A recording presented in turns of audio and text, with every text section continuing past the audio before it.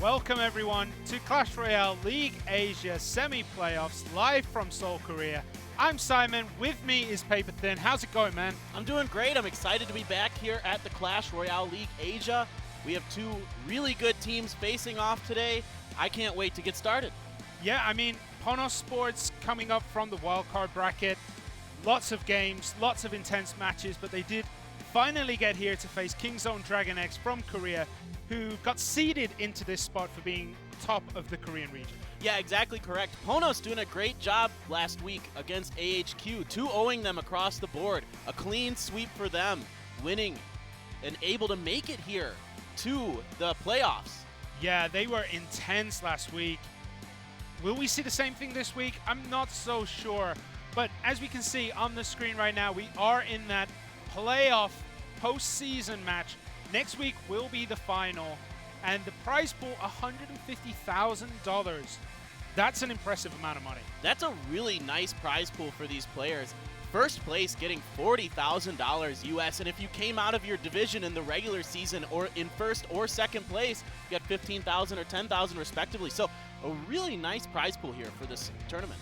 Yeah, and it actually matters who wins here because there is a $10,000 difference between the two. So we have Ponos Sports beating AHQ last week, Ponos Sports versus Kingzone Dragon X this week, and whoever wins today will be facing off against Game With in the finals here in Korea next Sunday, 5 o'clock. Yeah, really exciting stuff. Game With, of course, coming out on top overall during the regular season here, and now they've been off for a while. You and I were talking about this before the start of the broadcast today. Yeah. They haven't played in almost a month. Yeah, and that's going to really, really hurt them. But I think we're going to drop into a very quick video soon. But yeah, 4 weeks off, that's a long, long time. It's a long time. That's a long time, yeah. So I'm curious to see how they play next week. But today we got to focus on Kingzone Dragon X and Ponos. Yeah. All right, we're just going to jump into a video. I keep hearing in my ears, we're going to jump into this soon. If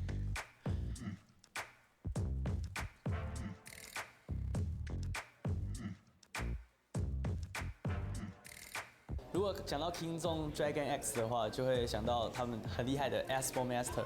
当然有我们这个招牌的 Expo Master 在，那实力当然肯定是备受肯定的。 포너스 스포츠는 일단 미칸보이아 그 자체죠. みかん坊や選手を中心に、しっかりとこう結束力があるチームに仕上がってきていると思います。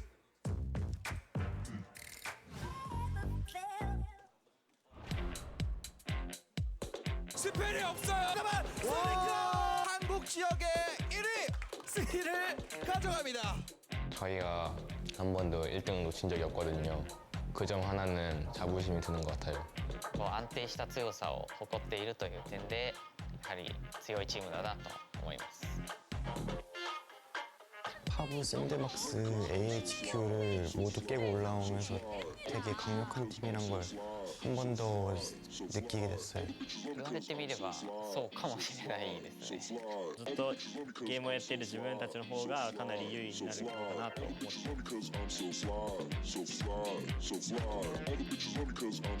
っぱ 1v1 のそのエクスボマスター選手がエクスボマスター選手が強いんじゃないかなと思います。チームとしての勝ち星を最も多く上げている選手だからですかね。 게임으로는 22승을 했고 세트로는 10승 4패를 했습니다. 와, 한 번의 수로. 미칸보이아! 부패 남자 미칸보이아의 연승! 아, 미칸보이아 되게 잘하는구나. 올라올 것 같다. 그 생각이 많이 들었어요. 심리전에 능한 선수인 것 같아요. 미칸이 졌잖아요, 한 판. 또 자신 있는 광부 순환덱을 가져올 줄 알았는데 갑자기 라바를 쓰시더라고요. 分で自慢できるなって思うところはいろんな幅広いデッキを作成することができることだと思います。 미칸이 정말 큰 기둥 같은 역할을 하는 것 같아서 미칸과 아이들 그런 느낌 같아요. 1対1が結構エクスポマスター選手の出番が多いのでオーダーを読みやすいという点では戦いやすいなと思います。 다른 선수들이 아직 보여주지 못했을 뿐 크노스보다 더 강하다 생각합니다. どの選手も1対1に出れるようにしっかりと練習をするような準備はしています。 決勝しか見えてないです。 여기까지 올라오느라 되게 고생이 심하셨을 텐데 결승은 못 가실 것 같네요. 석장아, 미칸보이야 발라버려. 僕は誰が相手でもいいと思ってるんで、ぜひ戦いましょう。 하던 대로 해서 결승 저희가 가겠습니다.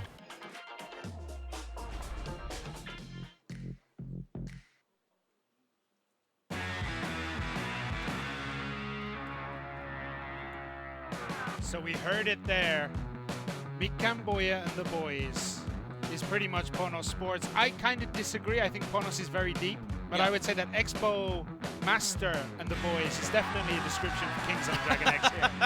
Yeah, I think you're right, Simon. I mean, Expo Master has basically been the only player to really play 1v1 for King's Own Dragon X. There have been, I believe it was Ho who played a little bit of 1v1, just a little bit. Yeah. Only like three matches, games. 2 sets or Two 3 sets. sets or something like that.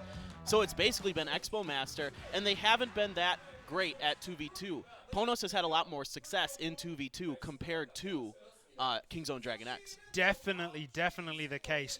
But I'm looking at the sheet here. We have like Expo Masters 1v1 record is about as long as the page, right? But then you see like Mick Camboya actually has a much smaller one, but everyone in Ponos Sports has a very equal amount of 1v1 games.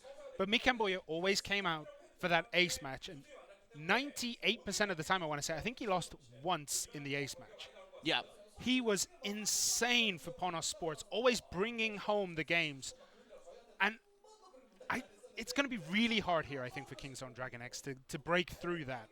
Yeah, I think you're absolutely right. There's so much depth here. Like you said, all of them have played a lot of 1v1. It's not like King's Own Dragon X where it's basically Expo playing 1v1. There are so many really good players on here. Fuchi, of course, has played very well. Against Expo Master, he did end up losing the last time they faced each other, but he took the first game off Expo Master. But that being said, that's pretty normal. So yeah, Expo Master nearly always loses his first set, comes back and wins 2-1. And when he doesn't, he loses 2-1. I don't think anyone has clean sweeped him. But as we can see, today's matches are going to be Ponos Sports versus King's Own Dragon X. And as you said, I think Fuchi versus Expo Master is going to be a very intense game. Fuchi really wants revenge after losing to Expo Master the last time these two teams met. Yeah, exactly. I mean, it was really interesting to see Fuchi. He brought out that mortar deck that countered the beatdown deck from Expo Master very well, and he played it, and he squeaked out a win. Expo Master was never able to get that P.E.K.K.A really across the river to really do any damage. So really good control. I'll be curious to see if we'll see something similar today again from Fuchi. But we should talk a little bit about the regular season record here. Yeah. So go ahead. Okay, both teams finished 7-4, but King's Own Dragon X had one extra crown, pushing them into that second position slot. But just look at the difference in the win ratio. Like 25-16 for King's Own Dragon X in 1v1, 21-19 for Ponos. Like, these teams are incredibly close, but then you look at 2v2. Right, and I think that's the real key here. I'd be really surprised if Ponos doesn't take that 2v2 match for sure. I could definitely see Expo Master winning the very first match he plays today. Yep. In 1v1. He's unbelievable in 1v1, but we'll see how it goes after that, because the 2v2 is very heavily favored towards Ponos. Yeah, we're talking a lot about Expo Master because he easily is the key player here, and we can see his stats up on the screen. But Mick Camboya, the rock of Ponos Sports, he makes Expo Master's stats look insignificant. 75% win ratio in the ace match. That's the definition of clutch. That is unbelievable. To have that high of a percentage in the ace matches in Clash Royale is really impressive. Yeah, even 65% in normal 1v1, and then 64%, I think, in 2v2, like as we've seen, Mikamboya always starts in that 2v2 role and then drops down into the ace match. He is just an incredible player. He has played so many games. It is unbelievable. He's so versatile. He knows so many different styles of play, so many different decks. You never know what to expect from him. He can play anything. I mean, he can literally play anything. Like you said, he's a fantastic 2v2 player on top of all of this. We're talking a lot about his 1v1, but he's an amazing 2v2 player as well. Yeah, him and Raiki Jones definitely had this kind of synergy together when they were playing together, where they almost read each other's minds, and they always did this little fusion dance when they finished, because they kind of did become like that. They were like, it was like Mick and Jones, you know what I mean? Yeah. They were the same person playing 2v2. We should buy him some of those earrings, you know, The fusion earrings? Fusion earrings. Just give him permanent fusion earrings, and then we know for sure that they are forever. Yeah, but you need to split them for the ace match. Well, you can do that. How do they do that in Dragon Ball Z? They you just are did the able fusion to split dance. them. No, but if you use the earrings, because that's like a more permanent fusion, because Yeah. the fusion dance only lasts for like 15 or 20 minutes or whatever. Yeah. I don't remember. But if you use the earrings, it lasts longer. But there is a way to break it apart, and now I can't remember how that happened. No, Might have been some Majin Buu stuff. I don't know. It could have been anything. But we are here in Clash Royale. We have seen Mikamboya and Expo Master play once before. They played against each other in the ace match the last time these two teams faced. Right. Mikamboya won 2-1. Yeah, Mikan Boya looked really strong there, playing some interesting stuff like Lava Hound and other cards like that. So we didn't see like a normal Japanese style, right? He didn't play a lot of, Cycle or Bait, those kind of faster-paced decks. He did play a little bit slower decks and had some, he did well with it. Yeah, he definitely threw Expo Master off his game, I feel. But there have been so many games from Expo Master that Ponos have so many games to look at that they can figure out his play style really, really easily. That's true. I mean, he does tend to lean towards using Giant or Skeleton Giant or something like that. You know, cards that are he has a little bit of tank in there almost every match. He has something like that. He's known to use Balloon and that kind of thing, but we'll see. Yeah. We can see here, Ponos Sports. They're a really close team. I follow them all on Twitter, and they're just constantly posting pictures of each other doing silly, silly things. But Kingzone Dragon X, I don't really get the same kind of team vibe from them, because I follow Expo Master. He just posts like smack talk all the time. It's really fun to watch. So we're going to look at Ponos Esports first here. There's the team. You can see them. They're looking confident. They're a really fun team. Like, they're always having a good time. They're smiling. They're laughing. Fuchi's really funny. He's always got some, good facial expressions going. He's a very emotive player. So you can see Mikan Booya, of course, their ace. Fuchi, Ten God. Raiki Jones as well. I like to watch him. He's very funny. He's always smiling and laughing and having a good time. We were in the coffee shop just before this, and Ponos Sports were getting their coffees in before the games. And Mikamboya had one of those big cooling strips across his forehead. And like everyone was just standing there laughing at him the whole time. Like no one was really talking about anything else but this strip on his head. Yeah, well, that's something that's really important, I think, for esports teams, is to have a good repertoire. Yeah, and now we're going to take a look at Kingzone Dragon X. This is a team that has shown that Korea are definitely competitive in Clash Royale. There were a lot of questions asked after that fourth week, I feel, where Japan took Korea to town. Right. And won 7-1 overall. But we can see Ho, July, Expo Master, and Big Daddy considerably lower trophy counts than Ponos Sports. Yeah, which doesn't really mean a whole lot necessarily, because the ladder is kind of a different beast than tournament Clash Royale, right? Because all the levels are set. You can't have maxed out cards. You can't roll around with the maxed out Royal Giant like I do.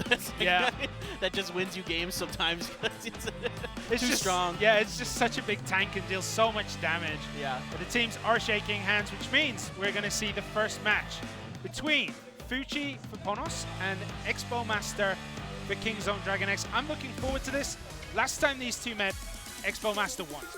Yeah, and Fuchi did some more normal Japanese stuff in the second two games. He won the first game with that mortar deck. The second two games were more of like cycling or log bait or spell bait kind of decks. I believe the second game he played like the Goblin Barrel, Princess, Goblin Gang, that kind of thing, with some Rascals being the heaviest card in that deck, which is not a very tanky card at all. Meanwhile, Expo Master was using stuff like Mega Minion, Lumberjack, Night Witch, so he was able to overcome that kind of fast-paced style by just kind of outlasting him with some of these cards. Yeah, we're going to see them go head-to-head, but look at that 2v2 match. This time it's going to be Mikanboya and Tenga, not even Mikanboya, Raiki Jones. And these two together have won 4 sets, 5 sets, and they actually lost a game together. Mikanboya and Tenga lost to Amaterasu and Yuhiro from Game With. Wow. So, okay, the only people they've lost to is our top team. Yes. So that's a very strong indicator that they're looking good in 2v2. Interestingly enough, we had all this hype about Expo Master and Mikanboya. They're not going to face each other unless we get to set 5 in the all-kill. Yeah, we're going to see Raiki Jones in set 4 against Expo Master. That should be another really, really good game between the two of them. Yeah, I mean, like we were talking about earlier, Busan is so deep. They are so deep. They have a lot of very strong 1v1 players. This is Fuchi here, wearing that hat today that says, I heart Korea? Really? Is he wearing Okay, if that's what he wants to wear. That's nice. That's a nice gesture. That's Yeah, some good it is. Sportsmanship, right? You know, he's here in Korea. He's having a good time. Maybe he's enjoying the city. You know, Seoul's a wonderful city.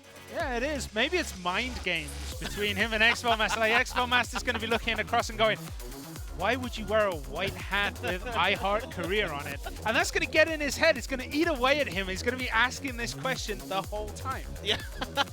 Well, we've seen, if people get into Expo Master's head, I've noticed he's pretty good about getting over it pretty quickly.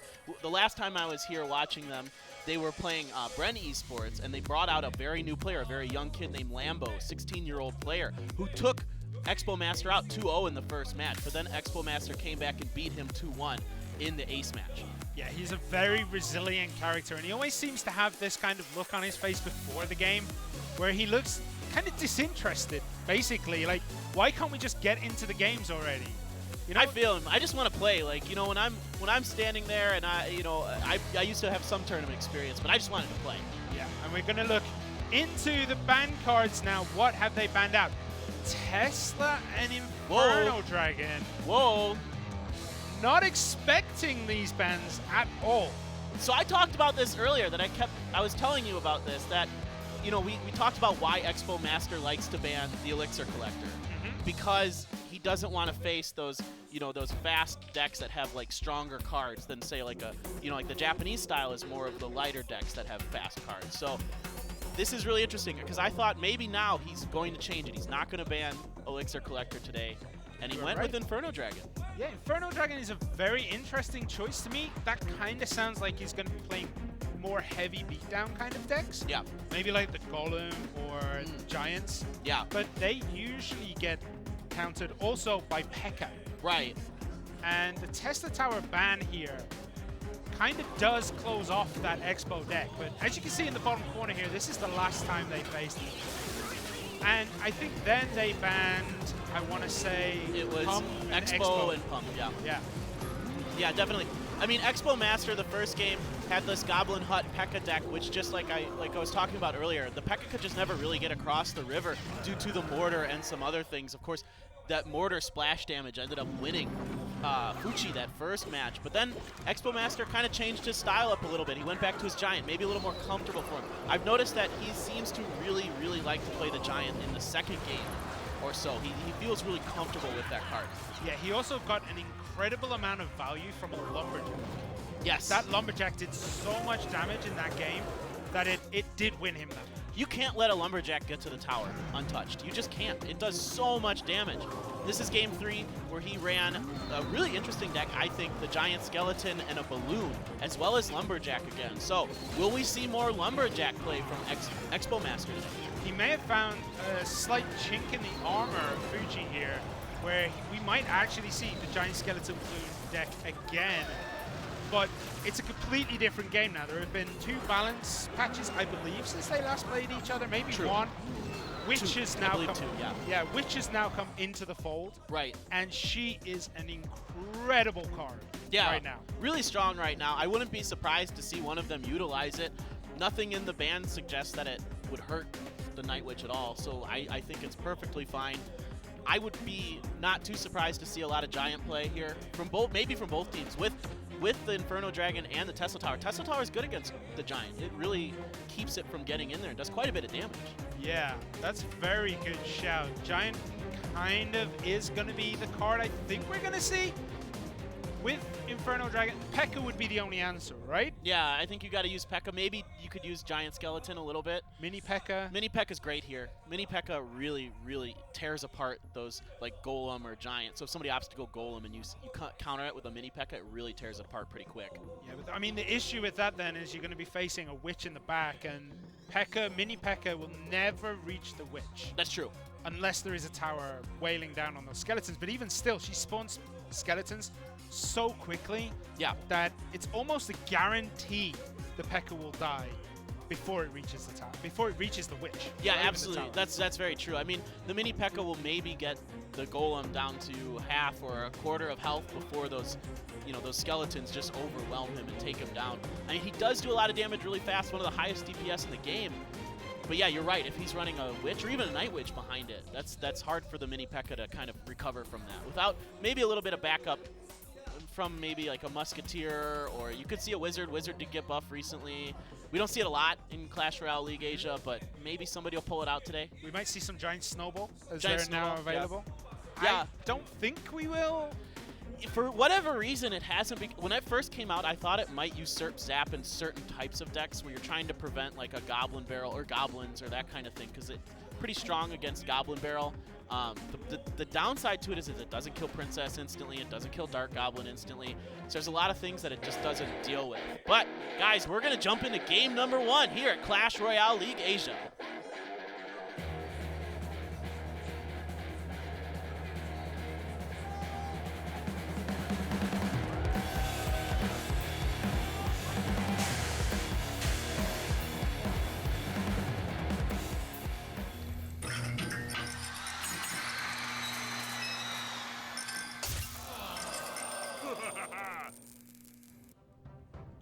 So here we are. Fuji for Ponos Sports in the blue at the bottom of the screen. Kingzone Dragon X's Expo Master in red at the top, and we already see a Hog Rider on the field. Okay. Easily countered here with the Tombstone and the Mega Minion, so no problem there. A counter Tombstone here from Fuji.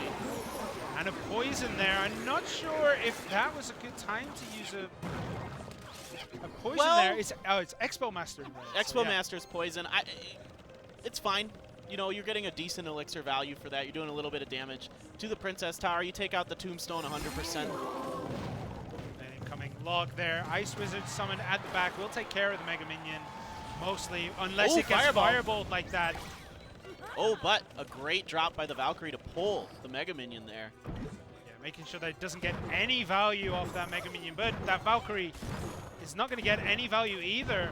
This flying machine, we've seen a lot of flying machines get instantly fireballed when they drop. They are that good. They are such a threat. A really strong unit. A great counter to the flying machine is the Fire Spirits. They will actually take down and a tornado activates the King Tower. Suddenly, Expo Master is in a great position from that. Wow, a really savvy move by Expo Master there, dragging that hog in there. But like I was saying earlier, just if people at home don't know, Fire Spirits, if all 3 connect, will take out the flying machine. That was with the recent balance change as well, right? Yep. Oh, Valkyrie plus the graveyard here has to summon his own Valkyrie, but that means she's going to be kind of stuck at the top. So much damage is getting done here. Down to 1,400-ish. No, 1,579 remain. That was fantastic timing. Perfect timing. So much. That window was so small. Yeah. And he hit it. He hit it really well. The timing with that Valkyrie and then having the graveyard just centered a little bit down below it was really smart. That allowed those skeletons to come in there and do a lot more damage. So here we go. Here comes the Valkyrie again, but this time he's got a Tombstone in the back. This is interesting. Yeah, and there's also that Valkyrie once again played there. I don't think he's going to get quite as much value this time. There is so much there. It doesn't even get one hit on that tower from that graveyard. Not the best use of 5 elixir there. A really smart counter by Fuji there to put that Tombstone in the back. That drew a lot of attention away from the other skeletons, from to keep them from getting to the Princess Tower. Okay, here comes the flying machine, but Valkyrie comes down just in time. Look how much damage that Hog Rider has been doing on that top right-hand side. 1,319 remaining. we were busy looking down on that bottom left, but that top right has been chipped away significantly too.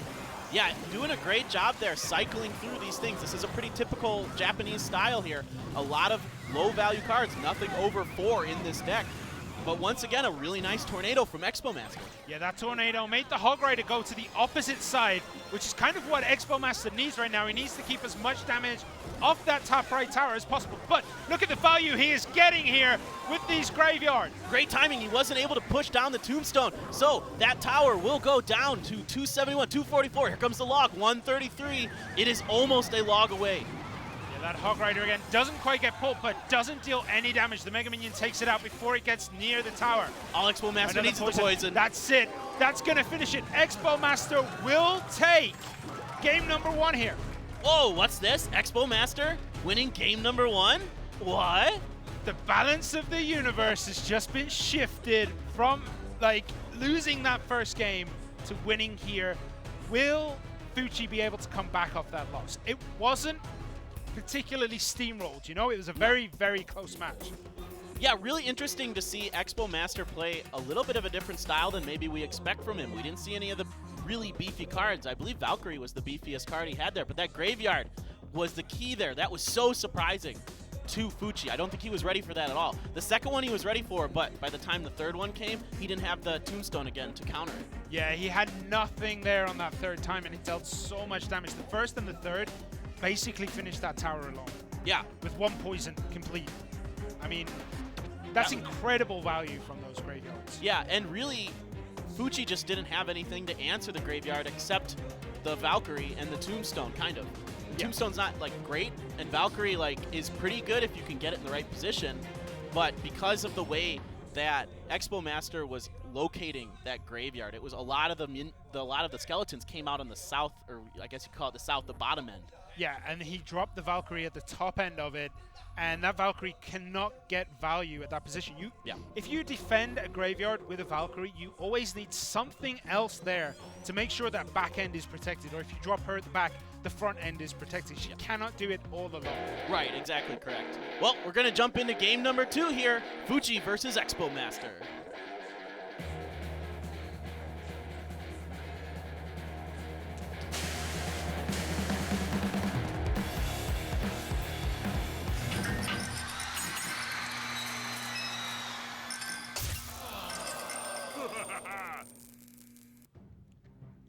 Okay, once again, Fuchi in blue at the bottom, Expo Master in red at the top.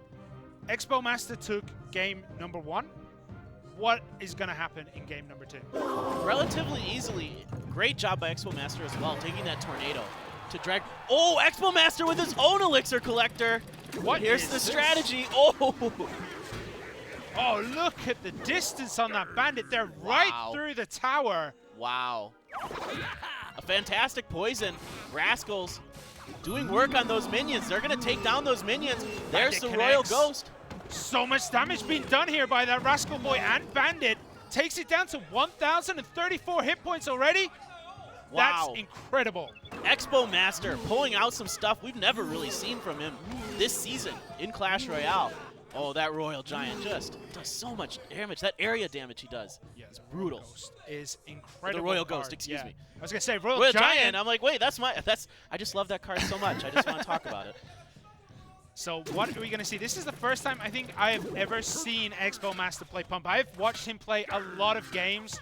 I've never seen him play Pump on his own. He always bans it. No, it's always been banned. We've never seen it from him, and that must have been part of his strategy today. He really wanted to maybe confuse his opponents, because most people don't actually seem to play Pump much anymore. It seems to be kind of out of the meta recently, and not just because he's banning it all the time. Yeah, we just haven't seen it. Yeah. Rascals, again, Rascals are an incredible card right now, but they did receive a nerf not too long ago.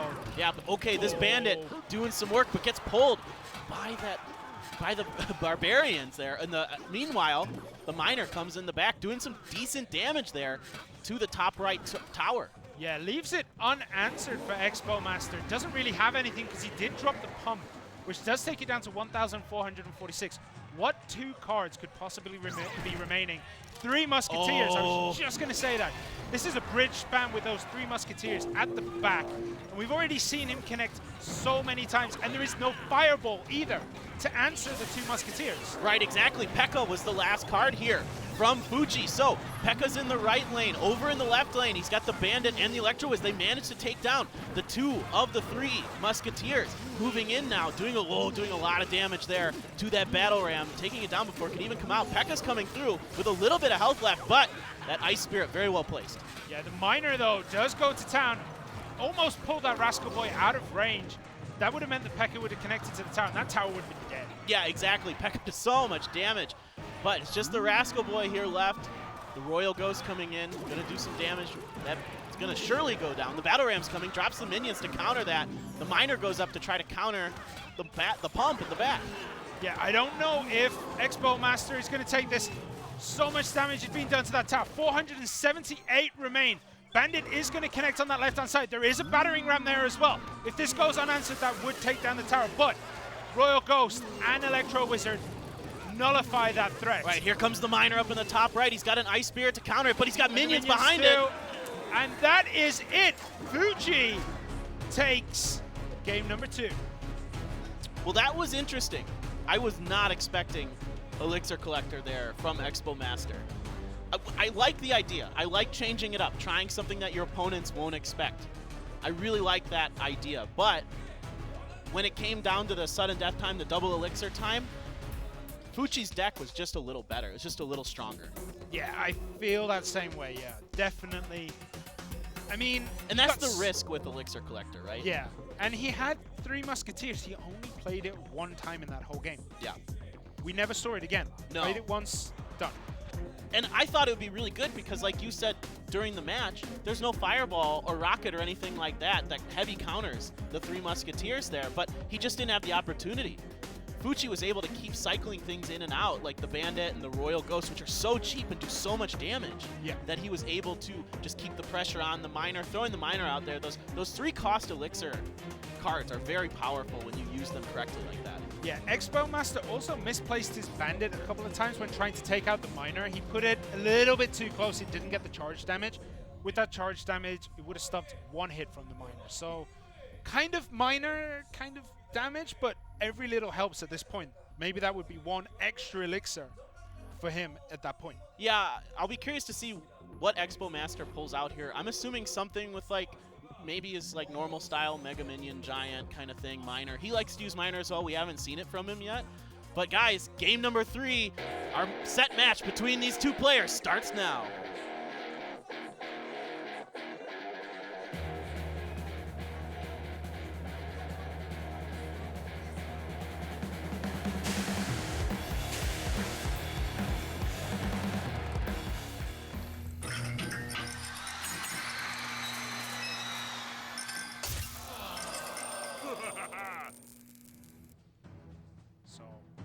Last game between Fuji and Expo Master here. Who's going to take it? Fuji is in the blue, Expo Master is in the red. And an Ice Spirit to start off with. Does connect to the tower, obviously, but it doesn't do that much damage. No, it's like, I think it's around 100 damage, but he also splits a Goblin Gang here. Valkyrie coming down as well. So this is interesting, dropping the Valkyrie early. What will he follow up then? Oh, here comes the Lumberjack from Expo Master. Yeah, and there's the Inferno Tower. That's going to make quick work of that Lumberjack. And now, what can Expo Master do? Like, what is going to fit? And there's the Witch. We have seen so much Witch in Ladder, so much Witch in Grand Challenge. It's about time that we saw the new and improved Witch in Clash Royale League Asia. Yeah, exactly. I'm excited to see how this works out. There was a Goblin Barrel that came through, but Expo Master countered with the Rascals. Princess there gets taken out by the Log. Not a lot of damage coming in. These Rascals, okay, he drops the Valkyrie to counter the Rascals. Nice Valkyrie placement. Mega Minion as well there. Yeah, the Mega Minion is to answer that Valkyrie, but that Valkyrie got so much damage done to those Rascals. It was placed perfectly so it hit all 3 at the same time. Yeah, exactly. The Valkyrie's so strong like that. What's interesting now, though, is that the Valkyrie is a little bit weaker against the Night Witch because of how fast she pumps out those skeletons. If she drops, you know, back here like he's doing with it. But if you drop it on top of the Night Witch, it's still going to destroy it very quickly. Yeah. And we see there's the Giant. So Giant Witch. We've seen this so much, as I mentioned, on Grand Challenge, on ladders. It is such a powerful combo. Will Fuchi be able to answer it? Next to no damage getting done here. Yeah, not much coming through. So advantage still Fuchi, just a little bit. 1846. Nice Rascal placement here. The Valkyrie's trying to do some damage. Can't really do much there. The damage from the Rascal girls is so much. They have a great attack rate and they hit pretty hard. Harder than the Spear Goblins, I believe. Yeah, they're just really, really strong. But that Rascal Boy does connect, gets it down to 20, 23. But those barrels are slowly chipping away at that top right-hand side tower. 1564 remains there. Expo Master just doesn't have a great counter for the Goblin Barrel because you can split up those Goblins and he doesn't have anything that can really take all three down before at least one or two can get a hit in. But this Inferno Tower doing a lot of damage against the Giant. I'm curious about this Princess placement. He's getting taken out by the log. Couldn't he put it a little Jack further connects back? though. Oh, got it down to 1623. Suddenly everything is all equal again. Expo Master with a slight lead if you count both towers, but this is still incredibly equal. Anyone's game here. Oh, interesting placement there by Fuchi, doing a lot of damage to the back of that turret. So here comes another Giant. Behind it is that Witch, that extra spawn speed. Oh. Does get logged, but unfortunately that means she's now available. The Mega Minion connects as well. There is a Valkyrie there, but the damage is being done. That Giant is getting very the close. Ice Spirit just keeps it from doing more damage, but there's Rascals in the left lane. He drops the Goblin Gang. That's going to do some damage there. That should prevent the Rascal Boy from getting through. Here comes the Goblin Barrel again. Yeah, and this Lumberjack is running down on that 793 tower. Does get logged out of the way, but the Giant on the other side. Is there an answer here for Fuchi? Does drop down that Inferno Tower. Expo Master answers with a poison to get rid of that Princess there. The tower does go down, and the Giant looks like he's going to connect. Oh, just in time. He gets one hit in. The Goblin Gang comes down. Princess in the other lane. Lumberjack to counter. She gets one hit in. Here comes the barrel, but the nice log coming from Expo Master. Giant dropped in the left lane, trying to buy some time for that Lumberjack, but he gets two hits. Two hits.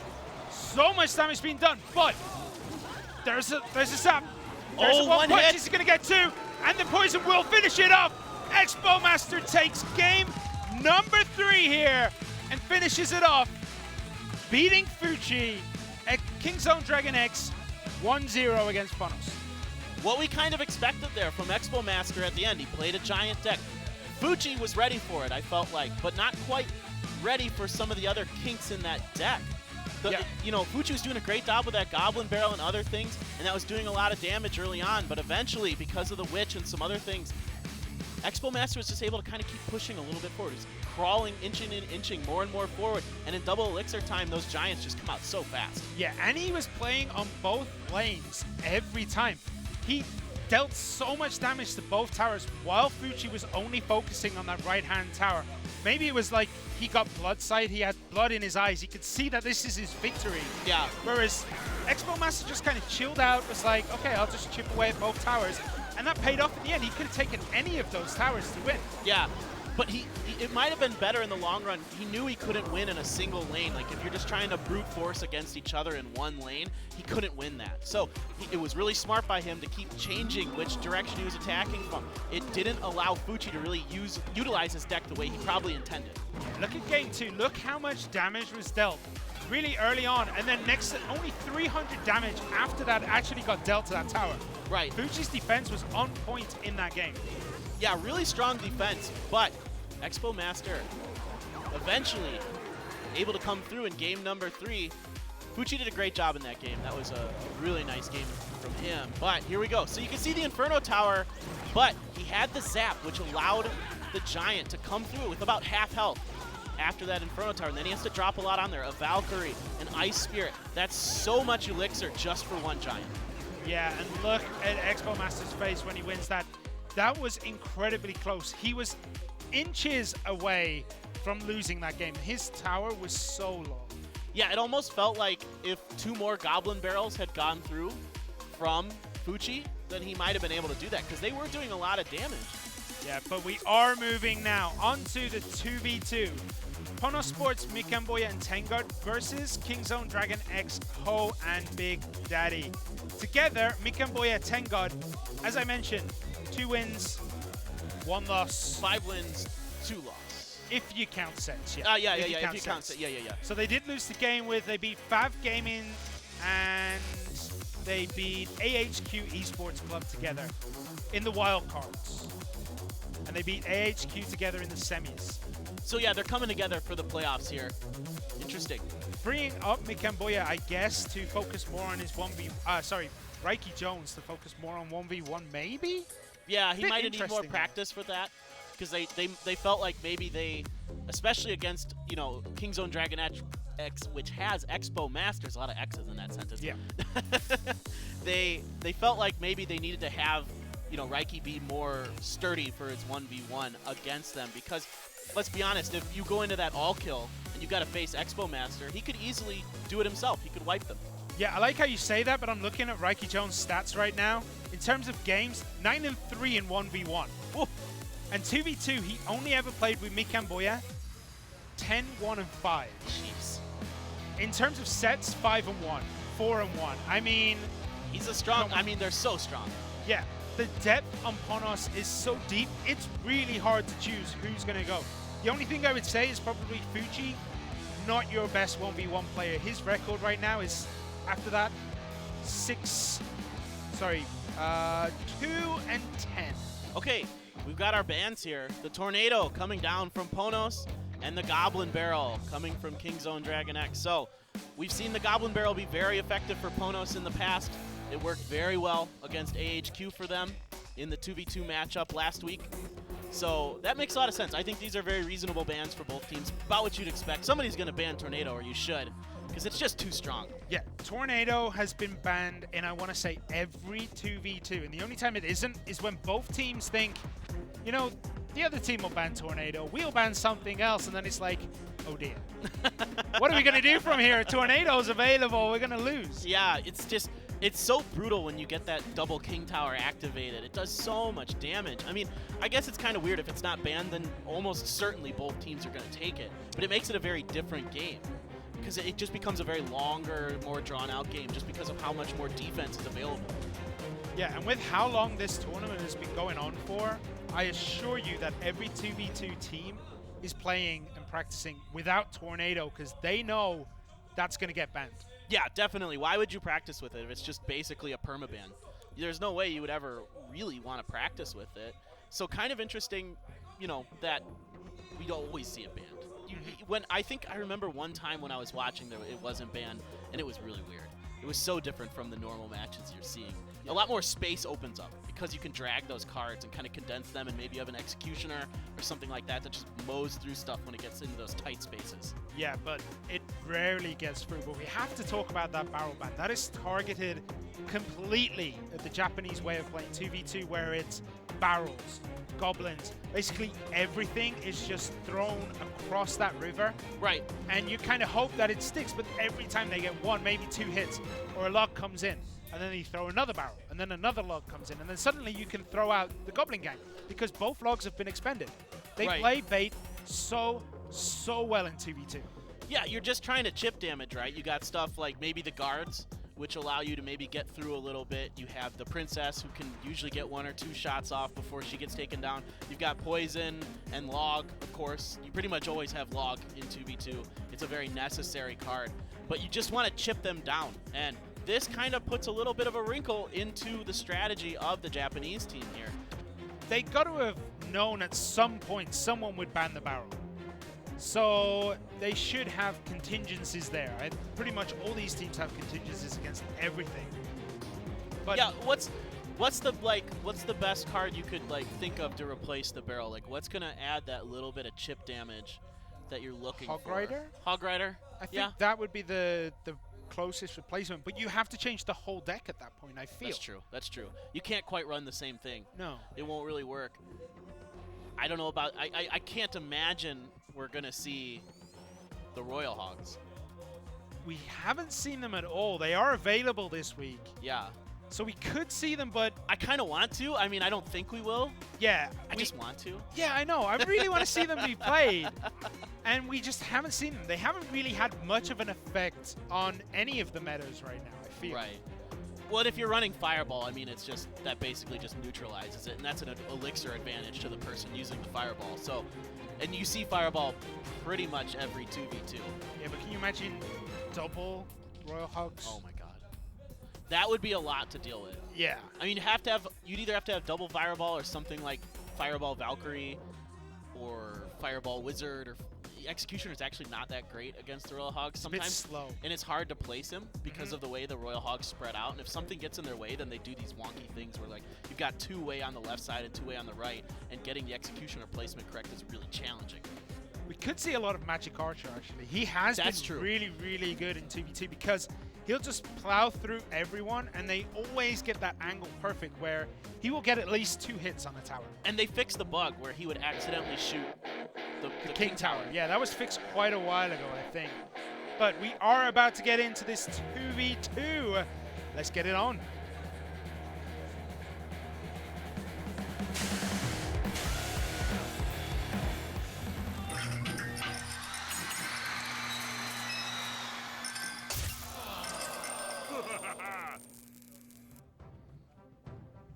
So Mick and Boya and Tengod in blue for Ponos. Ho and Big Daddy for Kingzone Dragon X in red. And we see Balloon Freeze down there for Ponos. I hate Freeze. By that I mean I love it as well. It is the love-hate. most frustrating card to play against. Definite love-hate relationship between them, right? Yeah. But it looks like Kingzone Dragon X is rolling with the Lava Hound here. We saw 2 of them. So this is something we've seen from them before. They like to use the Lava Hound. We've seen that quite often. Will they use something like Clone in here? I don't see any of the other cards that would indicate that they're going to use Clone. We're not going to see that crazy burst deck that we occasionally see, which just demolishes a tower almost instantly. So both teams here are playing Lava Loon. Who is going to be better? It looks like this time the Lava Hound is going to connect for Ponos, whereas Kingzone Dragon X's Lava Hound didn't do any damage whatsoever. Wow. So really interesting. Will Freeze make the big difference here? Because that seems to be the card that is different between these 2 decks. Everything else, oh, they have Freeze as well. So, okay, we just saw Freeze come up from Kingzone Dragon X. These are almost identical. Yeah, crazy how both these decks are almost the same. Actually, I think they are exactly the same right now. Rage, Lava Hound, Balloon, Freeze. If you can get that combination inch perfect on the offense, that tower is dead. Yeah. No, it just does so much damage so fast. So, okay, here comes the balloons, but they've got the minions to counter it. They raged it. It's trying to get across there. The balloon gets pushed back. Yeah, the balloon was pushed back there by the Lava Hound spawn. It doesn't even get 1 drop right there, but the explosion damage does take out that Mega Minion. They use the freeze there at the last second, so they get a little bit of explosion damage, but they don't get a hit, a crucial, necessary hit from the balloon. So basically an even match, 21-42 for Ponos, 2026 for Kingzone Dragon X. Yeah, Ponos Sports have to know that there is a freeze in Kingzone Dragon X's deck, right? They have to know this. Right. So it's not going to have the same like shock factor that you would normally expect a freeze to have. Like, why would you be playing freeze? We're not going to see that here. So we do see minions spawned here. 2 of them are going to go after the Lava Hound, which is going to take down that Lava Hound really quickly. We see 1 pop taking on that tower. Doesn't last very long, but suddenly Kingzone Dragon X have a very, very slight advantage. Right, but a big push coming here from them as well. They've got 2 Inferno Drags up behind this Lava Hound. I think there's a Mega Minion. There's so much going on in the middle of that map right now. Okay, here comes the Rage and the Balloon. The Lava Hound as well was Rage, but that Balloon is going towards the Tombstone. Gets caught by the Inferno Dragon, but a nice freeze. The tower is locked right onto the Lava Hound. Oh, amazing defensive freeze there, just stopping that before he got too dangerous. But once again, Ponos Sports have eked out a little bit of an advantage here, but they do have this. Kingzone Dragon X have the Lava Hound, 2 Inferno Dragons, and now drop their own balloon. Okay, here comes their Rage Balloon. Will they be able to counter this? They've got the bats in there doing some damage. Electro Wizard come down. A freeze comes down as well. The Fireball hits. They get that. Oh, they take the balloon down before it can get there. Yeah, but look how much value that explosion got. It got the Mega Minion. It got the Electro Wizard. It almost took out the Inferno Dragon as well. This Counter is push. crazy. Counter push coming from Ponos. The balloon gets pulled again. Will they have to freeze it again? Connect. It's going to get in. One hit. One hit. That's it. Surely, even with the freeze, the Inferno Dragon takes on the Lava Pup. The poison that is over. A little BM there with the poison in the back. Woo. Goodness, that was a close game. Wow. There was so much going on there. There were so many pups and bats and minions flying around. So hard to keep track of what was attacking what and who was attacking what. Especially with the pups as well. You don't know whose pups is whose. Like, you generally assume it's the team attacking, but some of those Lava Hounds went down insanely quickly. They went down right on top of the bridge. Right. I mean, what an interesting game. Basically the same thing, but they're going to take a timeout here and talk about it. A little 2-minute timeout. I mean, there were very small differences. Ponos was using bats instead of minions. So that was one difference. Did that slight elixir advantage kind of matter a little bit? Because you saw those freezes being used defensively a lot by Kingzone Dragon X. So was that little elixir advantage enough where they used the bats instead of the minions? That was like the biggest difference that I could really tell. Otherwise, the decks were almost identical. I just think Ponos played a little bit better. Their offense always looked a little bit more forward than Kingzone Dragon X's. Kingzone Dragon X had a lot of attacks which never really connected to the tower, but every time Ponos Sports seemed to have 1 or 2 hits at minimum onto that tower. That's really true. I think what you're saying is absolutely correct, because they were a lot more forward with their placements of the Lava Hounds and things like that. Of course, you would see Kingzone Dragon X at the end was doing something similar, but early on they were like dropping the Lava Hound way in the back, which is pretty standard, right? You see that a lot. But I think Ponos started putting the Lava Hound and the balloon up front quicker, dropping the Rage in the back, not even in front of it, and then having a few other units behind them, and that balloon just goes so fast once it has the Rage at its tailwind. Yeah. I'm thinking about the bats thing you said, and I think maybe it was that little extra elixir which really helped out. It allows them to free up that Rage. Yeah. It allows them to free up the balloon as well, and the Lava Hound as well. Like, that little bit of elixir allows them to cycle a little bit quicker, I feel. Just a little, and that was so close for so long, and I think that little bit of timing they had, that little bit extra of elixir, allowed them to utilize their spells more often. Yeah. I will completely agree with you right now. I think that was amazing. Okay, so we are going to be getting down into set number 2 here. Do you think we're going to see the same decks? Do you think we're going to see golems instead? I can't imagine they're both going to do the same thing. You so rarely see that in competitive Clash Royale, because, you know, if you run golem here, let's say one team runs golem, the other one still does Lava Loon. Well, if you've still got Mega Minion and minions and these other things, you should be able to defend it pretty well, I think. So we'll see, guys. It's time for game number 2 in our 2v2 round. Ponos Esports versus Kingzone Dragon X.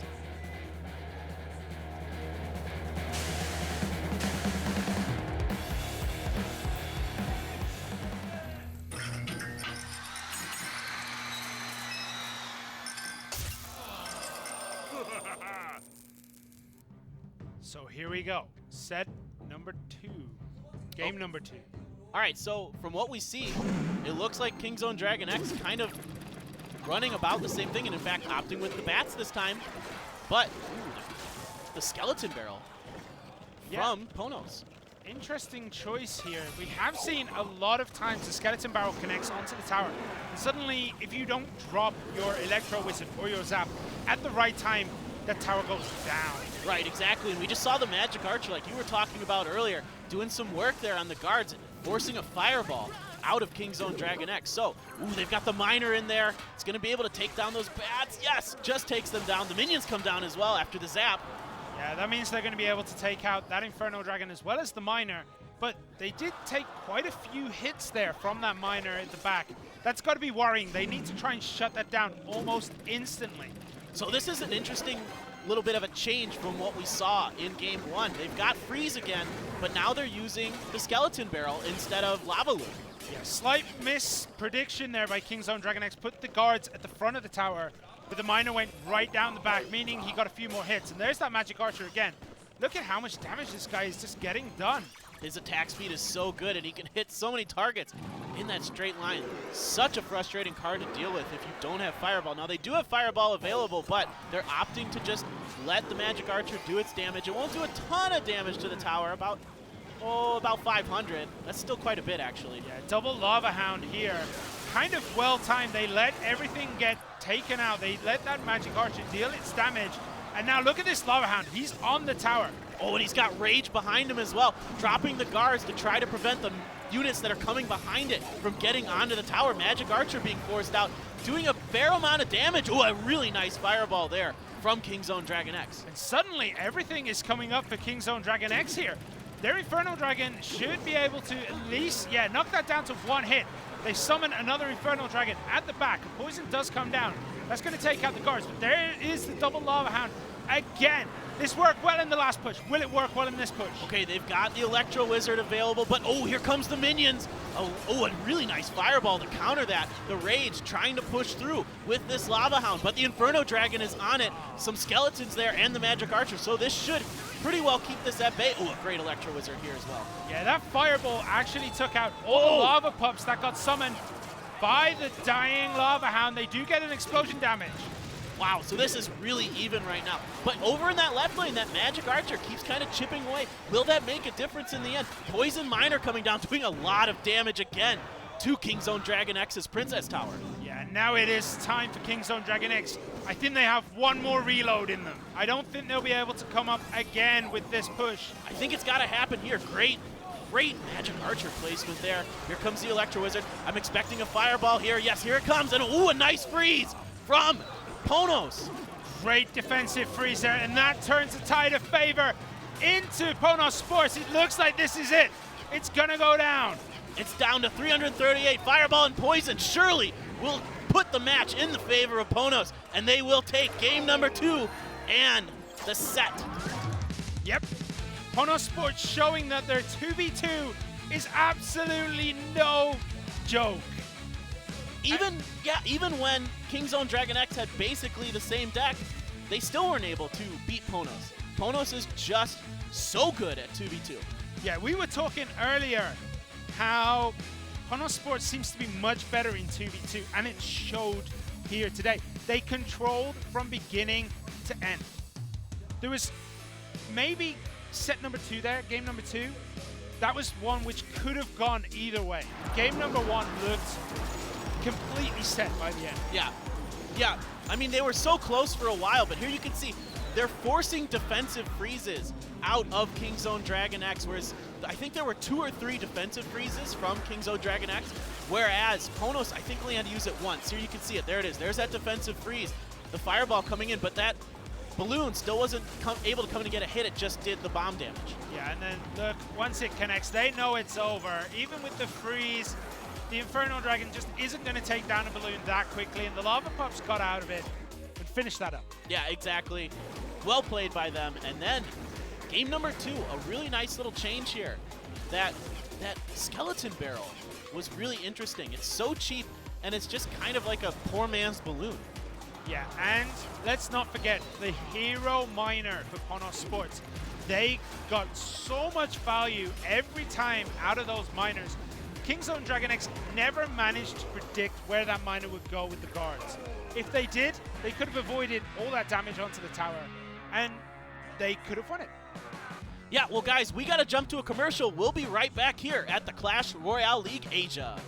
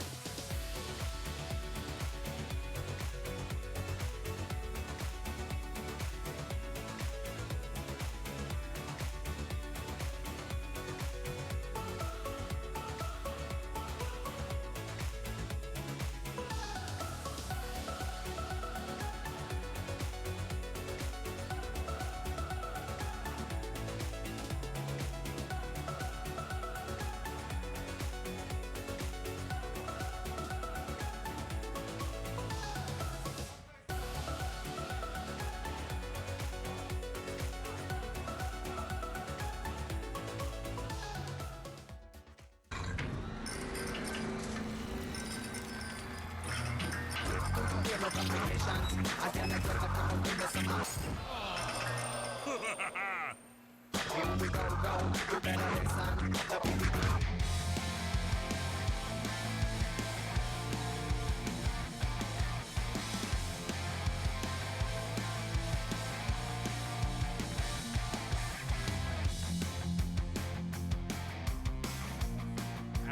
welcome back to Clash Royale League Asia.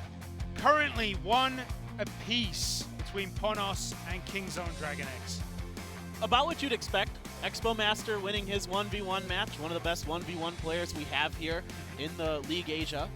And then, of course, in the 2v2, Ponos taking it pretty handily. The first game was pretty close. The second game, not quite as close. That minor play was so good.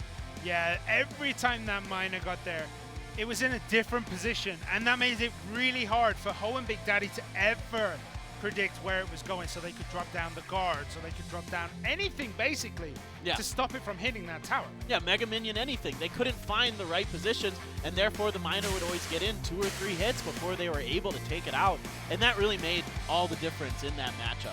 Yeah, but that is all in the past now. We've had a break, we've been to the bathroom, we've got water. Next up is going to be Mikamboya versus Ho. Ho does not have the greatest 1v1 record. Not his strong suit for sure, but he's going up against one of the best 1v1 players we have here. We've been talking all day about Expo Master and Mikamboya. So finally, we've seen Expo Master. We got to see Mikamboya in the 2v2, but now we get to see his 1v1 with an impressive 15 wins and 4 losses. Yeah, I'm looking at his list. Let's see, has he lost to anybody? He actually has only lost 1 game, and that was to Sandbox's Shinchu. That is the 1 game he lost, and he lost 1-2. And that week, Shinchu honestly played out of his mind. But every other game, Mikamboya has dominated everybody. He's so good. He is so good. You know, it's really interesting when we saw them play. He was against Expo Master. He defeated Expo Master 2-1 in Week 6, Day 2 when they last played. And he was using a lot of different kind of things. I mean, he was using a Lava Hound deck, so not something you traditionally see in 1v1 from the Japanese teams. Yeah, and we see Ho up here right now.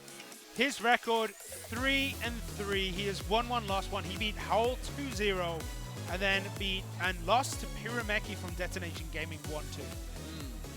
Well, so it seems like he favors kind of the cards like the guards and the bats, but I think that's all from his 2v2 matchups. I don't think we know a lot about his 1v1. We've only seen him a few times, so. No, that is from his 1v1. That is from his 1v1. They have a different set. Yeah, they do. Okay, because that seems like it's something you would see from 2v2 as well. Oh, P.E.K.K.A. and a balloon. Interesting. Not the bans we usually see in 1v1. It's very rare that we see the P.E.K.K.A. ban now. Yeah, that is a pretty surprising ban here from Mikamboya. So what do we think here, Simon? Why is Mikamboya banning P.E.K.K.A.? The easiest answer would be Golem Giants. Heavy beatdown decks do get kind of shut down by P.E.K.K.A. a lot quicker, I would say, than Inferno Dragon. Yeah. P.E.K.K.A. shuts them down so quickly. Could be Royal Giant. I'm just saying. No. Probably not. We saw Royal Giant last week, all right? I know, that's what I'm saying. We saw it last week with AHQ. And what happened? And they lost a lot. Exactly. Royal Giant is not the card you want to be playing here. No, I think you're absolutely right. Beatdown is much more likely here. Something like Golem, even Giant, you can see no balloon here from Kingzone Dragon X. They don't want to play against that. Kind of pushes out the Lava Hound a lot. We rarely see Lava Hound without a balloon. Yeah, it's not too common. You can kind of do it with Miner.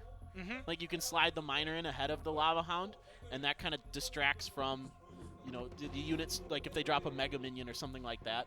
But for me, the Lava Hound is much better once it pops and the pups come out. Right. Like, it doesn't deal that much damage on its own. No. It needs something behind it. That's why you always drop the balloons, because you want the Lava Hound to pop. Yeah. As quickly as possible. So you drop the balloon because you don't want that to take any damage. So I don't think Miner would be the answer behind it. Maybe Witch, Night Witch, if you were going to do it We right can do Witch, now? Night Witch now. Yeah, absolutely. Well, you can do Miner and then you drop like Rascals or something like that behind it. Yeah. The Miner's just there to distract like the initial frontline unit from the Lava Hound. And then you're absolutely right. You need something else behind it. Yeah. Well, we do have another 1 minute and 15 seconds while these guys finish up their decks. Balloon, as we said, just 1 or 2 decks I think it takes out, but P.E.K.K.A can take out quite a lot of decks. Right. Like once you remove P.E.K.K.A out the pool, you've lost so many different types of decks, like the defensive P.E.K.K.A deck that we see come out quite a lot because beatdown is so prevalent. Right. We see that P.E.K.K.A come out all the time using, as you said, the Miner as well. So you use the P.E.K.K.A on defense, it takes some damage, but you throw out the Miner, allowing that P.E.K.K.A to get close to the tower, if not take it down. Right, exactly. So, okay, no Balloon means that he's not worried about them, like, having minions, right? Like, or bats or anything like that. Or I'm thinking about that backwards, maybe. I think you're thinking about that backwards. I'm thinking about it backwards, sorry. Yeah, you would ban minions if you were going to play Balloon. Right, exactly. So, he's banning Balloon, so he doesn't care about the air units as much. Maybe? Maybe? Maybe? I mean, there are still a lot of air units that deal a lot of damage. Flying Machine, for example. It's true. We have minions, Minion Horde. There's still very, very powerful air cards that come in, so... So I guess, yeah, what I'm thinking is that he's going to be more focused on the ground game, right? He's not... Because this doesn't force, you know, somebody to have, like, minions or bats or something like that to counter the Balloon. So he's maybe... We could see a Bowler or something here? We have seen a lot. Bowler has been so good in that Splash Yard deck that's been knocking around. Yeah. Definitely possible. I think I saw one of the Kingzone Dragon X players talk about that on Twitter the other day. So maybe it's a possibility, but we are about to get into this game between Mikamboya and Ho.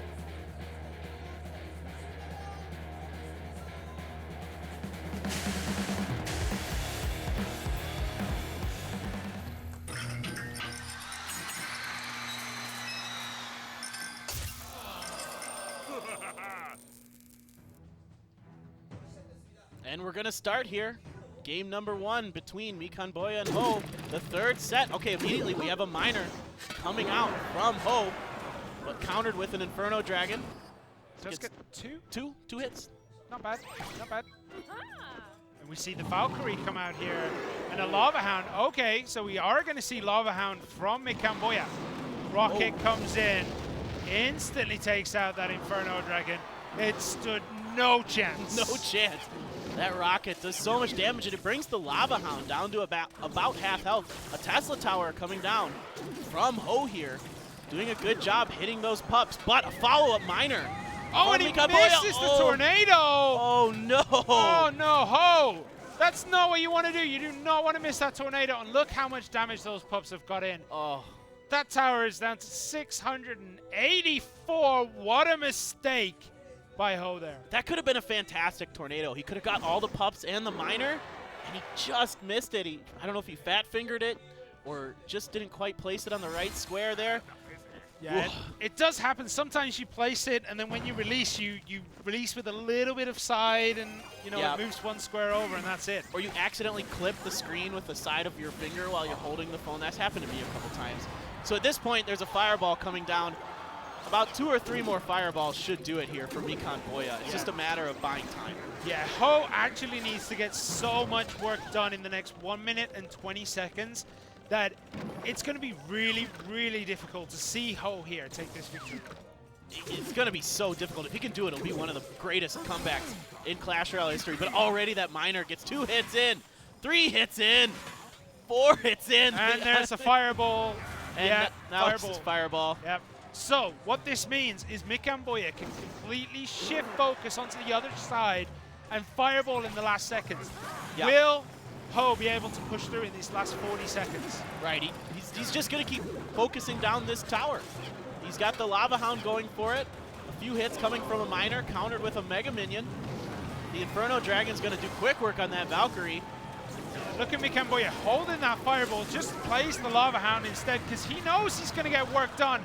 And Ho looks flustered right now. He knows that his mistake literally cost him this game. Yeah, absolutely. That's just such a huge mistake. I mean, Tornado is such a crucial card for your defense. You have to have it hit every time. The rocket coming down, the miner doing a little bit of damage. He's got it down to 562, but there's only 10 seconds left. The miner goes down. 498 left on that tower. I don't think Ho has it left in him to finish this. In fact, he might get a 3 crown here. And he does just in time. Mick Amboya 3 crowns Ho right there. That one mistake. Sometimes that's all it takes. Yeah. One mistake. One slip of the finger and it's over. Yeah. I mean, that's happened. I guarantee everyone's had it happen to them at least once in Clash Royale. So, Ho breathing a heavy sigh there, but he's got one more game to go. Got a minute left to recoup, recover. There's no reason you can't do this. There's some hockey pucks between you and the other player on the stage. That's what they look like. Team-branded hockey pucks. Like, as soon as this finishes, they all jump over to the ice rink. Yeah. Just knock out a few games and finish it up there, you know? Yeah. Hey, hockey's starting to get popular here in Korea. It is, yeah. I love it. Curling isn't as popular, which is unfortunate for me because that's the only winter sport I watch. I used to do curling, actually. Oh, really? In America. I'm from Wisconsin, so way up north, I did curling, actually, yeah, for about a year. Yeah, it's really fun. You know there's a curling place up north in Seoul, right? I want to go. All right, Really we'll bad. set up mandate. Some other time. Some other time. But anyway, let's get back into this. Do you think using their timeout in the 2v2 is going to hurt Kingzone Dragon X here? Because Ho looks in a terrible state right now. Yeah, I think so. I think that's a really good point, Simon. Using the timeout in the 2v2 is probably about the worst place for them to use it, because that was their least, statistically speaking, likely place to win a match. Yeah. You know, or win the set, excuse me. So I think you're absolutely right. I think that's a really good point. Yeah, I really think they should do it here, because look at that guy. He looks absolutely beat. But let's see if Ho can come back here against Mick Amboy and tie this series up. Let's get into it.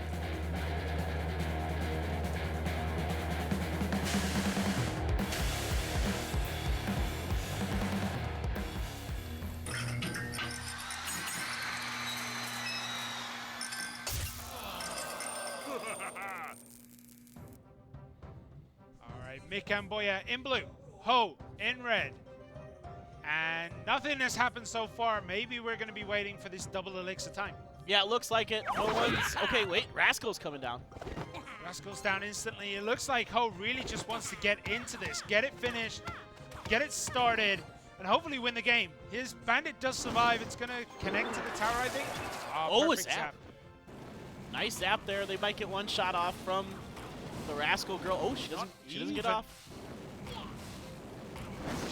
The other one is going to mostly take down that Inferno Dragon, meaning the tower and the other Inferno Dragon is going to pretty much take no damage. This Royal Ghost is just going to pass underneath the Inferno Dragon. Oh, these decks are extremely similar here. So far, the only difference being Electro Wizard for Mick Amboya and Rascal. What was that poison by Ho? He missed the tower with the poison. What? Ho! Ho just looks completely flustered mentally here. He is just not quite in the zone right now. Yeah, what was with that poison there? Even if you're playing to cycle it, you still want it to do some damage to the tower, you know? Right. I'm really confused by that decision from Ho there. I mean, I guess he's trying to get the Electro Wizard with it, but it was on the right side of the tower, not the left where the Electro Wizard was. Yeah, and I think it is just another slight mistake, because one square over, he would have hit it. Maybe he wasn't planning on dropping the poison, just had it selected, and was just tapping on that region of the screen. Like, you know, sometimes it happens, right? Right. But that's two big mistakes from Ho here in this set. Really just cannot be having that when everything is on the line here in the playoffs. It's win or go home. Yeah, and I mean, Mick Amboya's towers are completely untouched here. Whereas Ho has taken over 1,000 damage onto that tower.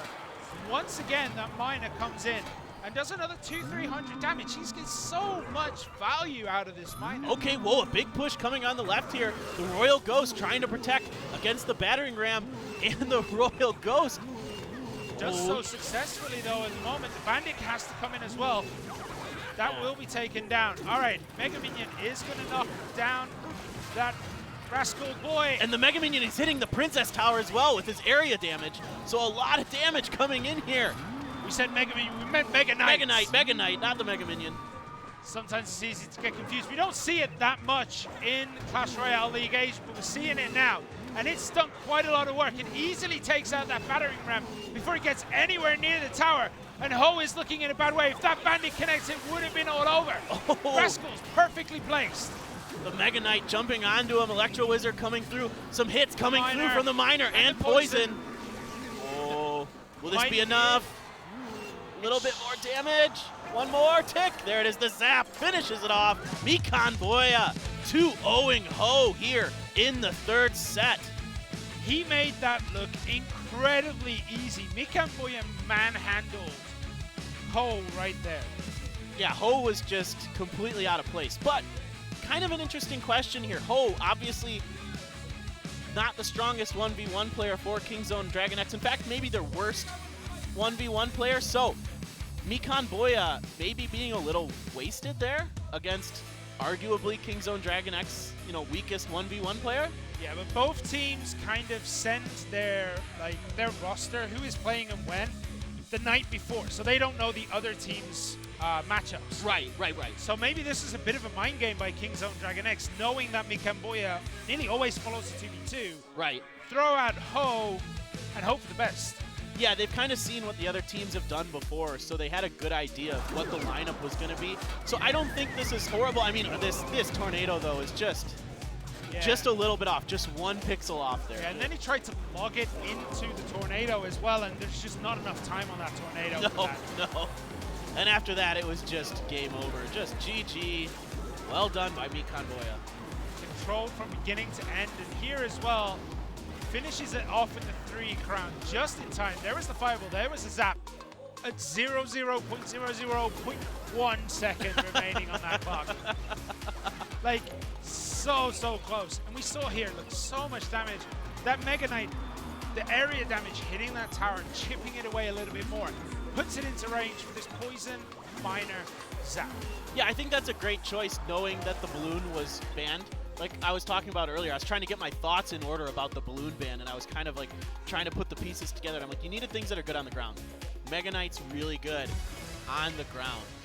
Yeah. And I was expecting maybe a bowler, but Mega Knight didn't quite roll through my head because we don't see it a lot in competitive Clash Royale. We're moving on to set number 4. This is Reiki Jones, always has a smile on his face, looking good. A very strong player in 1v1, 9 wins, 3 losses, does well in 2v2 as well. When 10, he's 1, and 5, and he always plays with Mikan Boya. Yeah, so this is such a deep team. I mean, Reiki Jones, I really like what I've seen from him so far, especially his demeanor. He's just so confident. He's always got a smile on his face. He's always kind of having fun. I actually saw him passing in the hall, and I gave him a nice little thumbs up. Seems like a nice guy. Yeah, he is. All of the Japanese teams, all the Korean teams are super nice. And yeah. Even the SEA teams, they come by and we get to actually chat with them in English most of the time. We get to talk to them and stuff like that. Whereas the Japanese and Korean players, generally, they're very shy when it comes to talking. Yeah, yeah, they are. I thought about saying something to Reiki Jones in Japanese, then I froze up too. I was like, oh, I can't do it. Starstruck. Starstruck. But we once again see Expo Master from Kingzone Dragon X coming out in set number 4 here. So we saw him take on Fuji in set number 1. Yeah, we're about to find out our bans. What will Expo Master ban? We saw him completely change his style and not ban the Elixir Collector. We're about to find out. Okay, we're back to it. Back to normal for Expo Master, banning out that Elixir Collector. And Reiki Jones banning out the Tesla. Same kind of, it is exactly the same ban as Fuji. Yeah, so this must be a targeted ban against what Expo Master likes to do. We saw early on that even when not playing Expo decks, Expo Master would play the Tesla Tower defensively, and it worked out really, really well for him. Yeah. Tesla Tower is such a good defensive tool. It's so good, and especially because it stays hidden under the ground, so it's not like it's in danger of getting logged or something like that, until it pops up. You have to wait for that timing. So it makes it a little bit tricky to deal with compared to all the other towers that are in the game. Yeah, and an Expo ban just removes out the Expo deck, but a Tesla ban kind of removes out quite a few defensive options that Expo Master always seemed to rely on. But this is early on in CRL Asia. Right. Now, the past few weeks, he hasn't really played that much Tesla. No, a lot of Giant. A lot of Giant, yeah. Yeah, that's basically what he's been relying on, still having a ton of success with it. I think the Tesla ban is good because it basically bans the Expo as well, right? Yeah.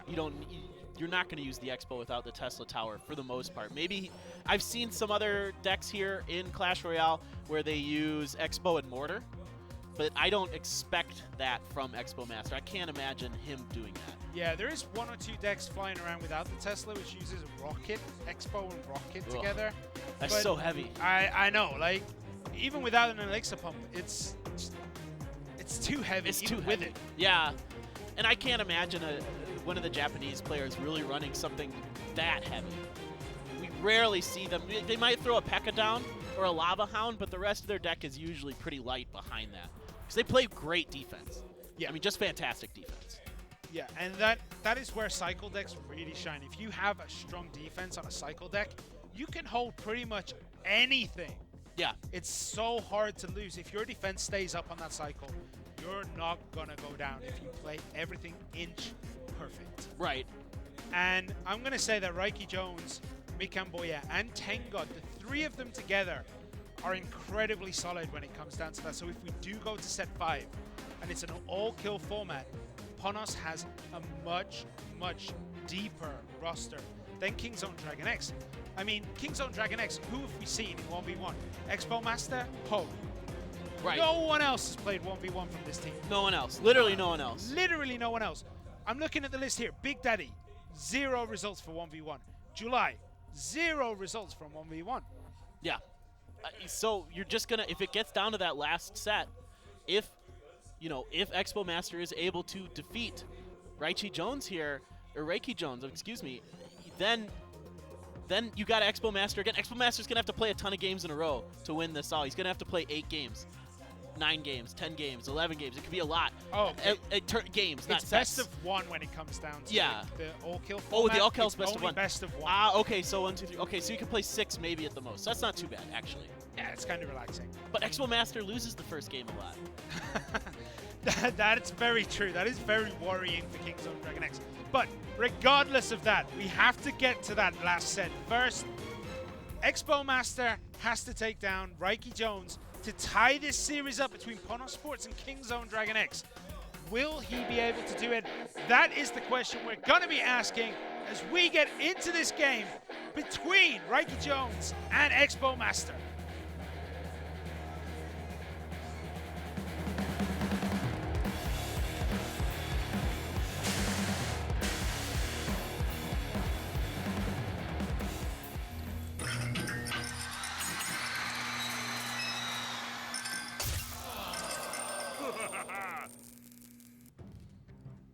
All right, guys, we're jumping in to game number 1 of set 4 here in the playoffs of Clash Royale League Asia. Expo Master versus Raiki Jones, and immediately Raiki Jones drops the Royal Ghost. Yeah, an Inferno Dragon from Expo Master. Once again, it's just going to fly over the top. There is an Electro Wizard. That is a very, very hard counter to the Inferno Dragon. Inferno Dragons get nothing done when the Electro Wizard is around. Ooh, Fireball Zap to take down that Electro Wizard. That's a lot of mana to take down that one card. 6 for V4 there. The guards coming in front of this Inferno Dragon. Raiki Jones counters with his own Inferno Dragon. A zap onto the guards, so not much damage from them. They get a couple hits in, though. Yeah, and what is going to happen here? He needs to put something down to stop this Inferno Dragon from connecting. Whoa! Whoa! Whoa, whoa, whoa, what's going on here? That Mega Minion played in the back. 500 damage being dealt. That feels a little heavy, but maybe Expo Master just isn't worried. Maybe he just wants to hold his Elixir for the right moment. What is he holding? Okay, here comes the Mega Knight again from Raiki Jones. So, Ponos really liking the Mega Knight today. That's the second time we've seen it from them. Not going to do much against the Tombstone here. It's going to take a little while to get into it, I mean. Yeah, especially, it's just going to keep jumping on the spot, and the Inferno Dragon is going to take it out. But that Electro Wizard... Oh, a nice Zap Rocket combo again from Expo Master. He has to take it out almost instantly. But Expo Master doesn't have much going forward here. He has the Inferno Dragon.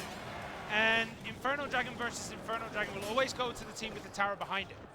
Right, exactly. But he's losing mana elixir in those trades with the Electro Wizard, and he has to use Fireball and Zap to take the Electro Wizard down. So that's a lot of mana for one card. But you have to keep it from allowing the Mega Knight to get in. Ooh, interesting little twist here. The Lava Hound. Does that mean the last card is a balloon? I think it does, right? It has to mean that last card is a balloon. Inferno Dragon played there. Are we going to see? Oh, he summons the Mega Minion to take out that Electro Wizard, or at least slow it down before it reaches the Inferno Dragon. Okay, does Reiki Jones? There's a balloon. You're absolutely correct. Does he have an answer for the Lava Loon here? Okay, he's got the Inferno Dragon. Pop behind the balloon. There's a Zap, and the Zap comes in and it connects onto the Lava Hound. What this means is that balloon will take out that tower. Wow. What a nice play here from Expo Master, using that Zap perfectly to take out one of Reiki Jones's tower. He's way ahead now. The Puff's doing so much damage to that Inferno Dragon. Reiki Jones dropping a Mega Knight and the Bandit coming in behind it, but there's a Mega Minion there in the way. Oh, he summoned the balloon. I think he was trying to drop that skeleton, the graveyard there. Not the graveyard, the tombstone. But it's not going to matter. 2 seconds, 1 second, not enough damage on the table. Kingzone Dragon X's Expo Master takes game number 1 here against Reiki Jones. Really nice deck composition. Really nice choice there to pick the Lava Loon. A perfect time for it. Reiki Jones was not expecting it at all. Probably thinking it'd be a Giant or something like that. Mega Knight very good against Giant or a lot of the, you know, beatdown styles that aren't P.E.K.K.A. Yeah, and it's also worth noting that Expo Master held those cards for so long. Yeah. Maybe, I think, 50 seconds remaining until he dropped the Lava Hound or something like that. He held onto it, just did not want to let it go whatsoever. He just holds on and on and on, waits for the perfect timing, and then unleashes that combo. We kind of called it, but when you're actually playing, that is a call you do not want to have to try and make, right? Right. You want to focus on what's happening right now. Right, you got to hope there's something else different coming behind that last Lava Hound if you don't have an answer for those air units. And we saw Expo Master being willing to take those kind of uneven elixir trades with the Fireball and the Zap against the Electro Wiz to prevent that Electro Wiz from taking down the Inferno Dragon. And then that ends up helping because he doesn't have the Electro Wiz against the Lava Hound or the Balloon as well. Yeah. And maybe that kind of threw Reiki Jones into a corner where he's like, okay, well, maybe the reason why he's killing my Electro Wizard so much is because the Inferno Dragon is his plan. That is his win condition. His plan is to get that Inferno Dragon onto the tower.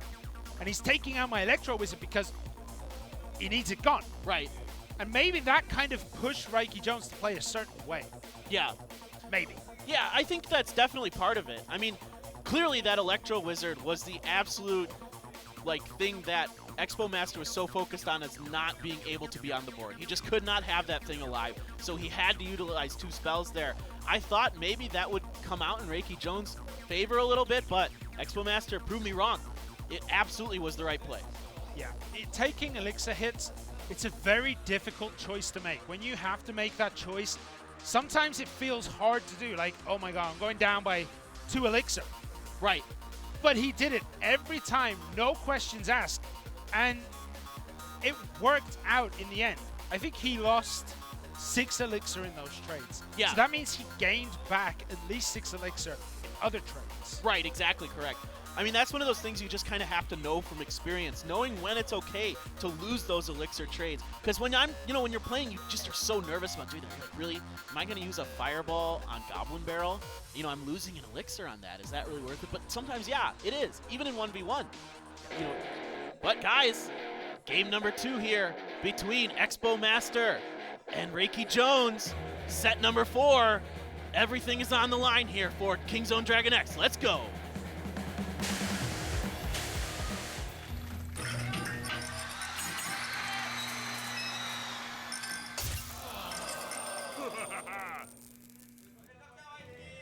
All right, Reiki Jones in blue at the bottom of the screen. Expo Master in red at the top. And we heard some of the fans there chanting out the names like, fighting! I didn't hear Expo Master fighting, I think. Was it Expo Master fighting? I think so. Maybe Reiki Jones. I would would assume we're in Korea. Kingzone Dragon X is the Korean team. Okay, so nothing different from Reiki Jones so far. Yep. that Royal Ghost, and there's the Electro Wizard as well. Maybe it is a similar deck from Reiki. Yeah, ooh, it's going to get one hit in. A little bit of damage there. Electro is going to do some damage here as well. It's split up because of the Mega Minion. Inferno Dragon coming behind it. Literally so far. Oh, okay, here comes the Graveyard from Expo Master. Great timing, but there is a poison now from Reiki Jones. That's going to nullify that almost completely. Just get a few hits here and there. Down to 2,333. So that's the first difference we've seen in Reiki Jones' deck. He's got the poison. Okay, this time the Tornado from Expo Master. Very good. Dragging the Miner in. A really nice Tornado there. Look how much is here. Oh, we have the Inferno Dragon, the Royal Ghost, and the Bandit. The Bandit charges in. The Inferno Dragon connected onto the Mega Minion. They got about 600 damage there. So much damage. It could have been so much worse. It could have been. A great zap coming down as well as a Mega Minion there. Mega Minion's so good. Even with the nerf recently, still an extremely strong card. It's got a lot of hit points. It hits like a truck. Yeah. I hate going against that card. But trucks don't fly. Trucks don't fly. Trucks don't fly. It's like going against a 747 or something then. All right. That would hurt. Cannon card. Whoa. What is that doing Look here? at this. Oh my goodness, the damage. Expo Master. Great timing there. Reiki Jones didn't have poison available. He had to use Electro Wiz, and that tower is almost down. Surely it will go down to a spell if he has any available. We've only seen Tornado and Graveyard so far. Yeah, but look at how much damage is being done on the opposite side on that top tower. It does go down. The Miner and the Bandit take it down. The Royal Ghost connected on the other tower. And suddenly Expo Master is in a horrible position here. Okay, there's the poison, the last card for Expo Master. Can he keep up with this? Reiki Jones doing a great job. He's got a slightly heavier deck. He's going to have to find the right timing for that Graveyard when Reiki Jones doesn't have that poison available. Yeah, Cannon card is a good answer to the Mega Knight, but is it going to actually matter here? Okay, Bandit and Poison for defense. The Mega Knight getting in there. The Cannon cart doing a decent amount of damage. The Ice Wiz slowing it, but he's got that Royal Ghost on the Ice Wiz. Tombstone comes down as well now. Oh, this is so interesting. So much damage. The Inferno Dragon connects. Does get tornadoed out, but is there anything there that can stop it from dealing damage? The Ice Wizard goes. Oh, here comes Bandit. That should just be it. Reiki Jones taking game number 2 of set 4. Wow. Great comeback. That was so close. But remember, Expo Master does not win 2-0. No, he never does. No, he never does. Actually, we say that. I'm looking at his list. He's won quite a few 2-0s. 1, 2, 3, 4. He's won 5 out of 10. Out of a lot of games. Out of 14. Yeah. So more often than not, he loses one. Yeah, at least. Yeah. But he has lost 4 games in total. So, I mean, you know, 4 sets in total. Yeah, 4 sets. That's pretty good. That's really good. Reiki Jones, though, running kind of the same deck, but that poison was so crucial. That change, adding that card into his deck, saved his bacon.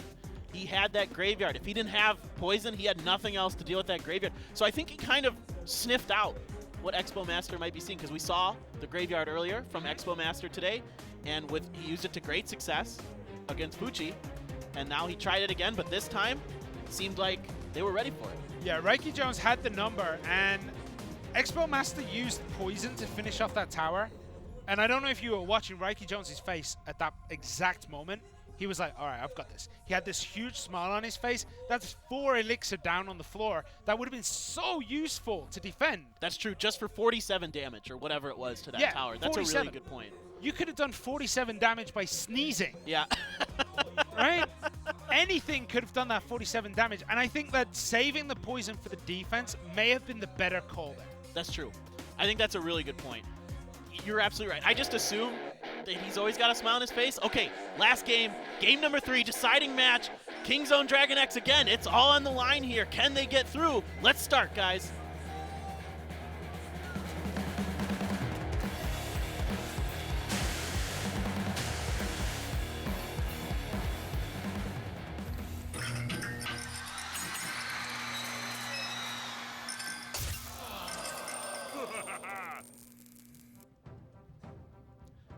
Reiki Jones, he's got that smile back. He's looking confident.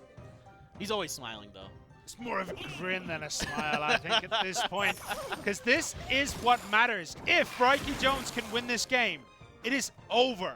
Pono Sports go on to the final. Kingzone Dragon X go home in 3rd place. If Expo Master wins this, it's game on. We go down to the 5th set, which is an all-kill format. Hey, I'm ready for that. I want to see Expo Master try to survive against 3 strong players from Ponos Esports. So, different in this game a little bit. Ooh, Rascal's coming down here for Reiki Jones. He also had the Goblins and an Ice Golem here. So, quite a bit different for Reiki Jones in this game. An Executioner from Expo Master.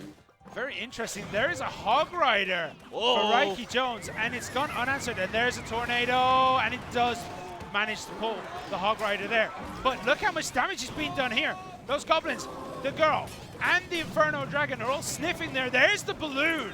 Oh, whoa. Bats to answer. Does he have Zap or something? He does. But it's not going to get much damage. And the Inferno Dragon, look how much damage has been done to that top tower. But the balloon is going to equal about the same amount of damage. So a pretty even trade, a little bit in favor of Reiki Jones, doing just about 100 more damage between those 2 pushes. So both teams with really nice plays there. Yeah, what is the last card? I'm going to assume it's a Rocket or something from one of them. Valkyrie. And the Tornado. Oh, look at that Ice Golem. It blocked it. The Valkyrie blocked the Tornado from pulling the Hog Rider into the center. Expo Master throws up his hand like, what just happened? Why did that work? That was just, the timing was not quite right there. You're absolutely right. That Valkyrie and the Ice Golem in front of it didn't allow any room for that Hog Rider to come through. Oh, Fireball is the last card for Reiki Jones. Reiki Jones just needs to find a way to play defense, and he's able to chip down that tower. Okay, Balloon and the guards coming in. Ice Golem right away. Inferno Drag right behind it. Ooh, an interesting Tornado here. And it is going to connect.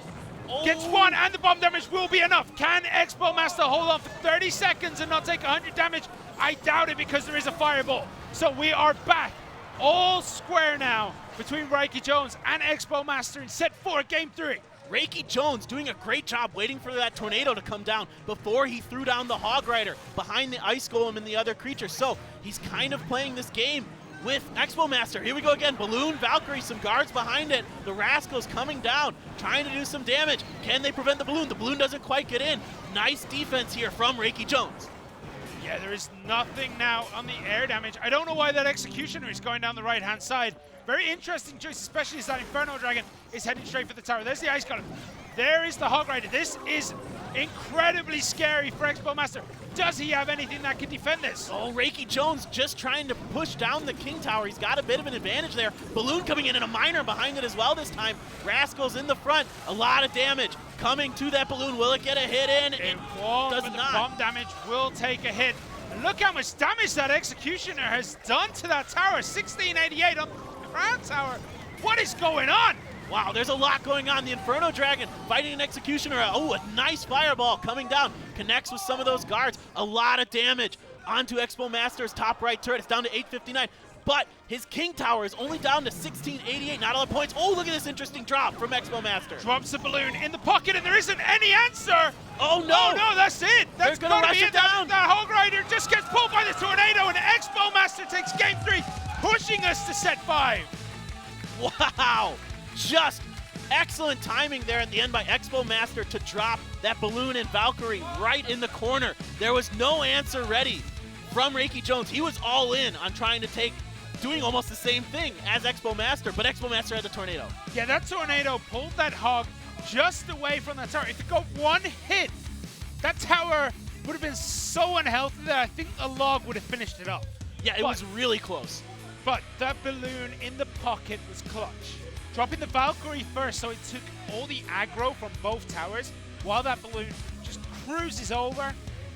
Excellent, excellent decision making under pressure, because that could have gone the other way in half a second. Yeah, wow, what a fantastic match there. Now we go into the all-kill. Really exciting stuff. But let's take a quick look at what we saw in set number 4. Expo Master, that Balloon was so strong for him. Yeah, I don't know if we should change Expo Master's name to Balloon Master, because he is showing right now that he is incredibly good at playing the Balloon. Yeah, his timing is so good. His knowledge of where to place it as well, knowing when to place it in the corner closest to the Princess Tower instead of by the bridge. That timing was crucial there. Of course, here we see game number 2, where Reiki Jones did come out ahead. Yeah, I was just looking at Expo Master's deck, and he didn't have anything that could have done 47 damage instantly without that poison. Yeah, so he had to waste 4 elixir. He had to waste 4 elixir, unfortunately for him, but I think he could have waited one more cycle, maybe. Maybe, yeah.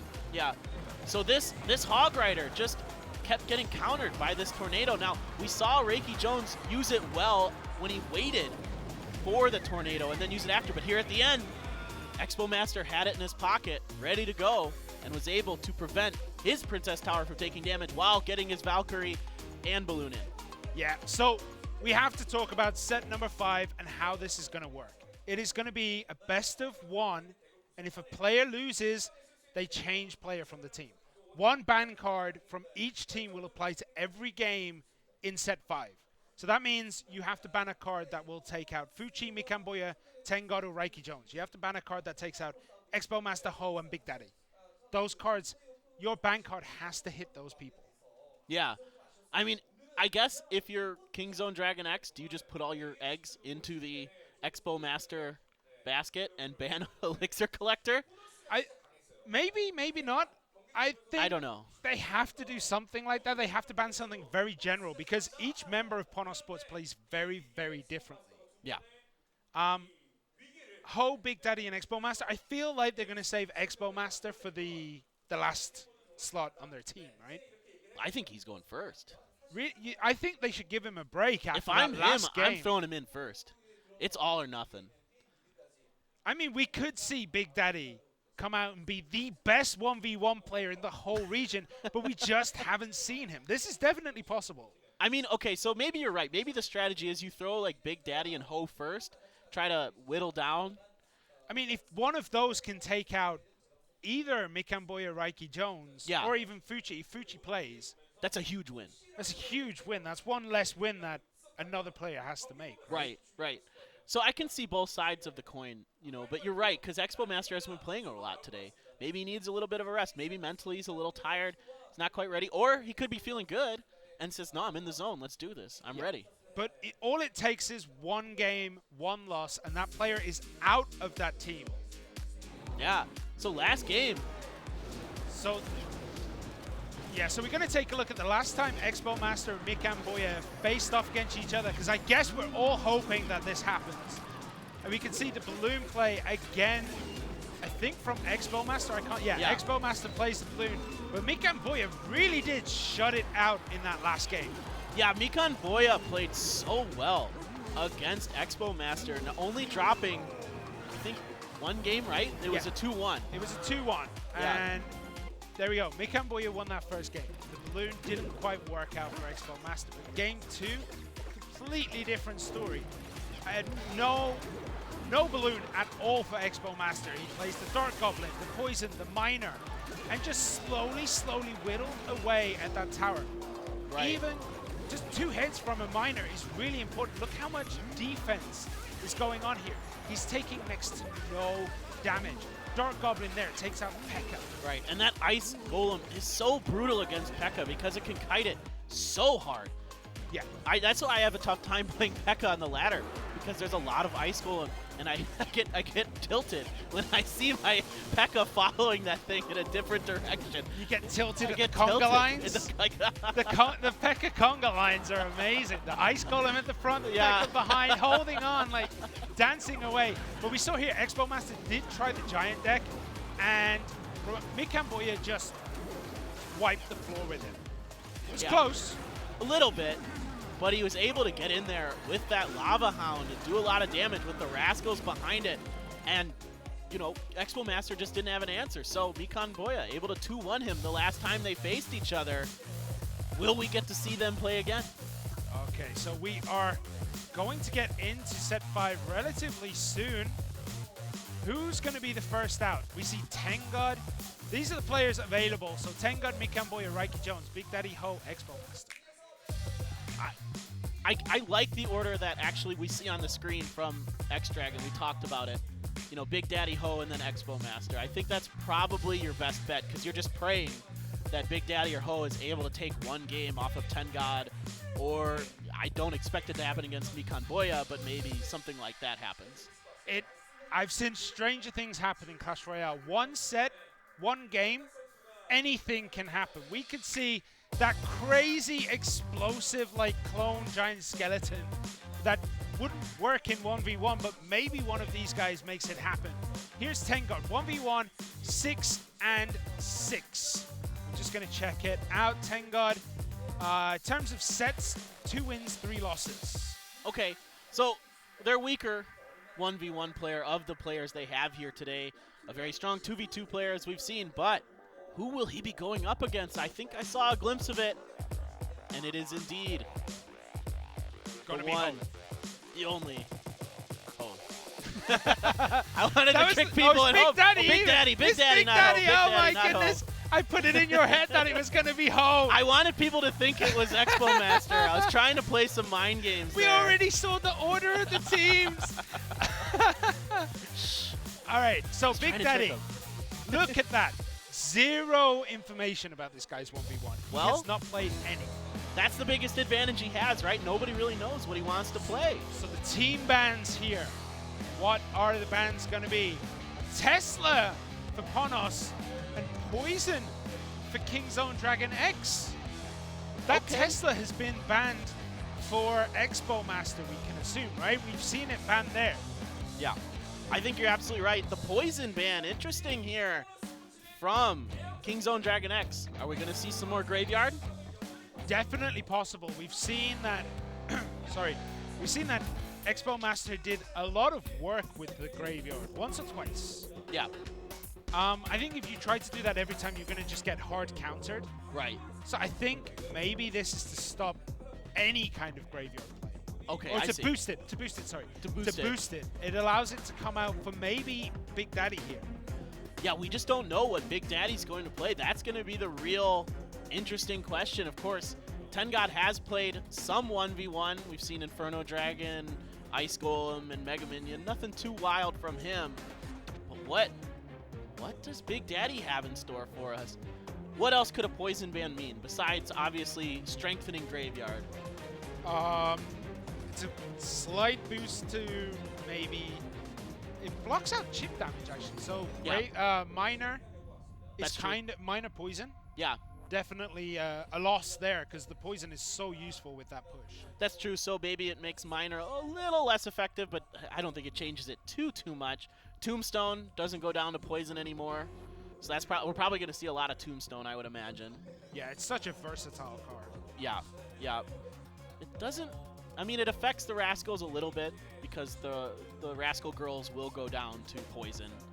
The Rascal boy, of course, only takes like Takes no damage. Yeah, It's not even worth counting. All right, so I'm looking at Tengod's stats. He won the first 2 games in the first 2 weeks. So he beat Lewis for Detonation Gaming, OPGG, Skeletons, Dabong TV in week 3 or 4. And then he has not won since then. He lost to Giant for Esports. He lost to Shinchu for Sandbox and lost to Lampo at Kicks. Right. Yeah, so he's quite strong at times, but I mean, he lost to Shinchu, one of the best players in Asia right now. So there's nothing to like feel bad about that. But some of those other players, well, there's a lot of strong players here. You can't take it away from him. But these are probably our 2 weakest 1v1 players on both teams, I would think. I don't know if I would say the weakest. Like, just being here. Well, that's true. Means that you're some of the best players in your region. Right. You know, like they had to go through the combine. They had to be scouted, picked up. These are some of the best players the region has to offer. Right. Absolutely. Of course. None of these players are bad. I'm not trying to say that at all. It's a relative thing, right? To your teams, like compared to Expo Master and Mikan Boya, who are just unbelievably talented players. Should Ponos have tried playing Mikan Boya there in set 4? In set 4, I think. Could they not? Maybe there's a tournament rule that they couldn't use him again since he was in the 2v2.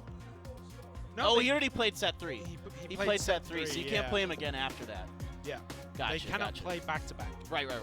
So that I think that ended up working out in at Dragon X's favor, playing Ho there against Mikan Boya, basically, allowing Expo Master to come in again, giving them those 2 crucial victories they needed. Yeah. And they're going to maybe have to rely on him here again, but we'll see. Big Daddy might surprise us. Definitely possible. Big Daddy could take a game off of Tengar. Yeah. Definitely possible. Yeah, I absolutely think so. We haven't seen anything, so that's really cool about this, right? It's really fun. We haven't seen a player play 1v1 in this tournament yet. Now we get to see what he's got. What is his comfort deck? What does he like to use? Are we going to see Graveyard? Something like that. But guys, we're getting ready to jump into the first game of the All-Kill. It's going to be Tengad versus Big Daddy. Let's go.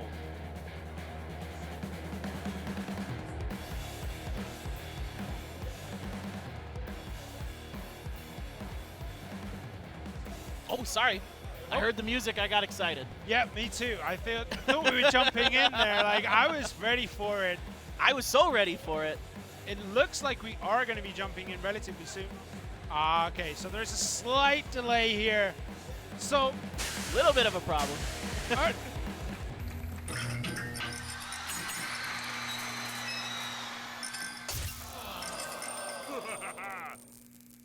It's like the hokey cokey. We were going in, we were going out, we were going in, we're shaking it all about. Okay, so for blue team, we have Ponos Sports' Tengar. In red, Kingzone Dragon X's Big Daddy. Ice Spirit comes down first. He zaps it. Maybe just to cycle there, I guess. Probably, yeah. I mean, there's no reason not to. And then a log return fire from Tengar here. Both these players just cycling out those small spells. Oh, a Musketeer. First time seeing that today. Yeah, and Fireball instantly knocks her down to next to no HP. The Archer there will finish her off. And Giant summoned at the back for Tengar. What is he going to put behind it? There's a Night Witch. Night Witch. With the Archers, are we going to see a Golem here? I'm assuming so. You never want to put a Night Witch kind of alone like this because she doesn't have the greatest amount of hit points. Oh, does he have an answer? He has the zap ready to get those skeletons. Nicely timed there, but some minions coming down as well, doing a lot of damage to that Giant, and he cannot get through. Yeah, very interesting choice playing the skeleton army right there. Worked out for him. Big Daddy actually defended that incredibly well. Yeah. They were able to get a couple hits in on the Giant. The Archers were behind it and a Mega Minion. Do quick work with that Giant, even though he has a ton of hit points. Okay, it's a Giant Night Witch from Big Daddy, and Big Daddy throwing some thumbs up there. Yeah, I'm hoping to see, a bit of the old the Archer, bit of the Princess Kisses. Oh, does any of them have the new emotes? Are they allowed to use them? I don't know. That kind of meta isn't available right now, I don't think. I don't think we have the meta there. The Skeletons there dealing so much damage to that Giant as the Night Witch continues to hit him. But it got one hit in that time. The Giant gets through with one hit. One more card left to see from Tengad and Big Daddy here. So what will their last one be? I suspect Dark Knight from Tengad. Maybe he is running the double Prince. I'm sorry, it's not Dark Knight. That is Prince. Batman, the Dark Prince. Don't worry, everyone makes that mistake. Everyone calls it a Dark Knight, but it is the Dark Prince. There's a Musketeer, so maybe it's a rocket behind. That could be, that's true. Oh, Fireball. Fireball, great there. Takes out the Night Witch, but that Giant doesn't get any hits. But I don't think Big Daddy's Giant is going to get anywhere near the tower either. It goes down. Summons one right at the bridge this time. Ooh, a Graveyard. That could deal so much damage at this point. He logs a bit too early. I feel like that was very early, but summons the Mega Minion at the back. Okay, he's got enough defense. That did a lot of damage, but he's got a pretty healthy Giant with a Mega Minion behind it. But he's at a bit of an elixir disadvantage. Prince comes in, 2 Archers down. There's the Skeleton Army, a nice Fireball as well. Doesn't take out all the Skeletons though. The 4 Skeletons there remaining take out the Giant, and now the Archers finish up. Suddenly, Big Daddy looks like he's got a very strong advantage. And again, there is the Graveyard. The Princess Tower connects onto the Giant. Those skeletons are going absolutely ham on that tower right now. All he had was a log to answer that, really. The Musketeer was focused on the Giant. Here comes his Giant of his own. Can he make this push work? So far, he's been struggling to get through that Night Witch, doing so much damage. A nice fireball from Tengod. He doesn't have a lot to deal with all of those bats and skeletons. The Prince is forced to fight that skeleton in the back. Oh, but a nice fireball. Oh, can this Prince get into one hit? Not quite. Not quite. This is a knife edge of a game right now. This could go either way. Giant there. Okay, a fireball again. Fireball. So that Mega Minion, if he gets hit by a minion or something like that, oh, nicely timed zap. What a beautiful zap from Tengod, and that's going to do it. Tengod takes the first game here in our set 5 all kill. That zap was amazing. Perfect prediction. Knew he was holding onto it, drops it at exactly the right time. Tengod, please turn off the ESP. Stop reading people's minds, man, because that was sick. Perfect time to predict that as well. He kind of let a few of those skeleton armies go where he didn't use the log or the zap against it, and it did a lot of damage to his Giant, but this time he knew exactly. He felt it in his bones, Simon. He was ready for it, and that allowed him to take that first game. Props to Big Daddy. I thought he played really well there. He played incredibly well. Why haven't we seen Big Daddy play more 1v1s? Because that was really good. Yeah, no real big mistakes coming in just at the end there. Tengod just had a perfect prediction with his zap and a few other things. I thought that was a really nice deck against what Tengod had. He was very close to beating Tengod there. Very, very close to finishing it off. And Ho now has to try and take on Tengod here. Ho, he came off a very kind of, I want to say, damaging loss. Yeah. Earlier today when he played against Mikamboya. Mikamboya played with him a little bit. Yeah. So I'm very concerned about Ho here. He's not looking particularly excited to be playing this game. He looks nervous. Yeah, he does. And I mean, he made some mistakes with his spells in that first game. His spell placement was off on a tornado, and then we saw in game 2 a poison that missed the mark as well. Can definitely get into your head. So we have 2 minutes for these guys to mess with their decks. Once again, the bans stay the same throughout, which means Tesla and Poison are banned for every game in set 5.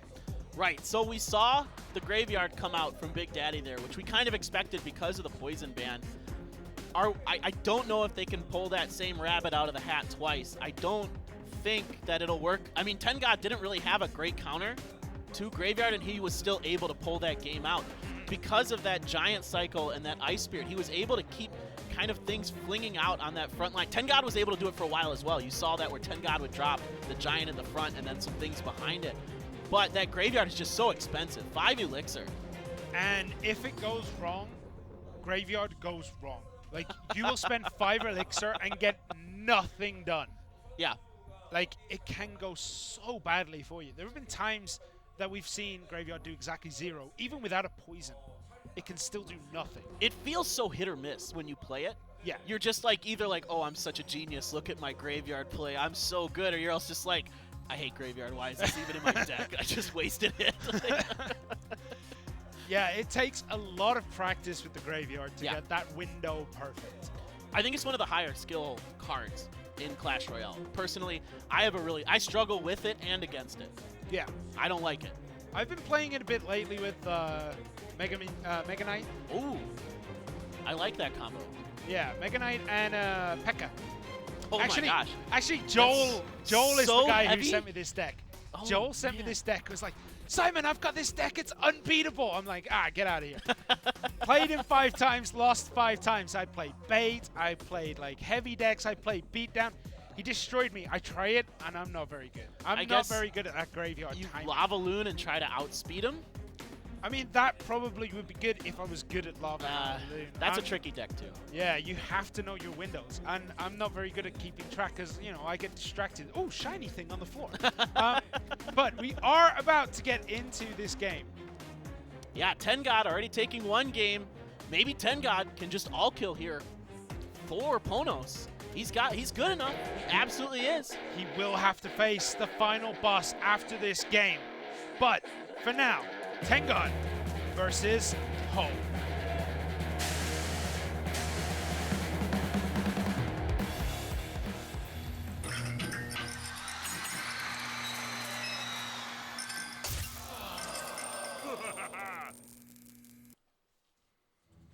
Let's get into it. Game number 2 of the all-kill. First game going to Tencod and Ponos. Tencod? Tencod. I'm used to saying like the K sound instead of the G sound now that I've lived here in Korea long enough. Because the G sound is pretty much a K almost. In Korea, if people don't know in the Korean language, there is a G sound, but it's a very hard G that almost sounds like a K. And it's kind of similar in Japanese, but their G's a little more pronounced. So, what this Barbarian HUD is telling me is this could be that Golem deck we see. It's been going around the Rikin a bit lately, and this could be it. Maybe we'll see the Golem. Oh, Giant Skeleton instead. Oh. Maybe it is not the Golem version. Maybe he switched out the Golem for a Giant Skeleton. Whoa, How will this work? Whoa, this is interesting. Now, Kingzone Dragon X Ho, looks like he might be running Lava Loon here. Very possible with that deck. That's a pretty standard. Oh no, look at, oh no. This giant goblin is getting through. He has to drop the Rascals, but he's got the Barbarians behind it. Here comes the Lumberjack to follow up. Oh dear, this is looking like an incredibly powerful push from Tengon. If that tower goes, that tower is dead. Regardless of what happens there, the bomb explodes on nothing. And look how much damage that Lava Hound did. Nothing. Oh, nothing, very little. Just the Archer came in, the Magic Archer came in, did a little bit of damage.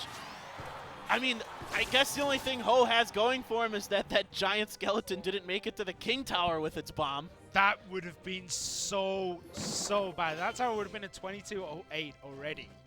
And we've barely seen 2 minutes pass. That would have been incredible. It looks like Ho is switching sides here, dropping that Lava Hound on the right-hand side, and we see the giant skeleton just walk up that lane. It's going to have no problem.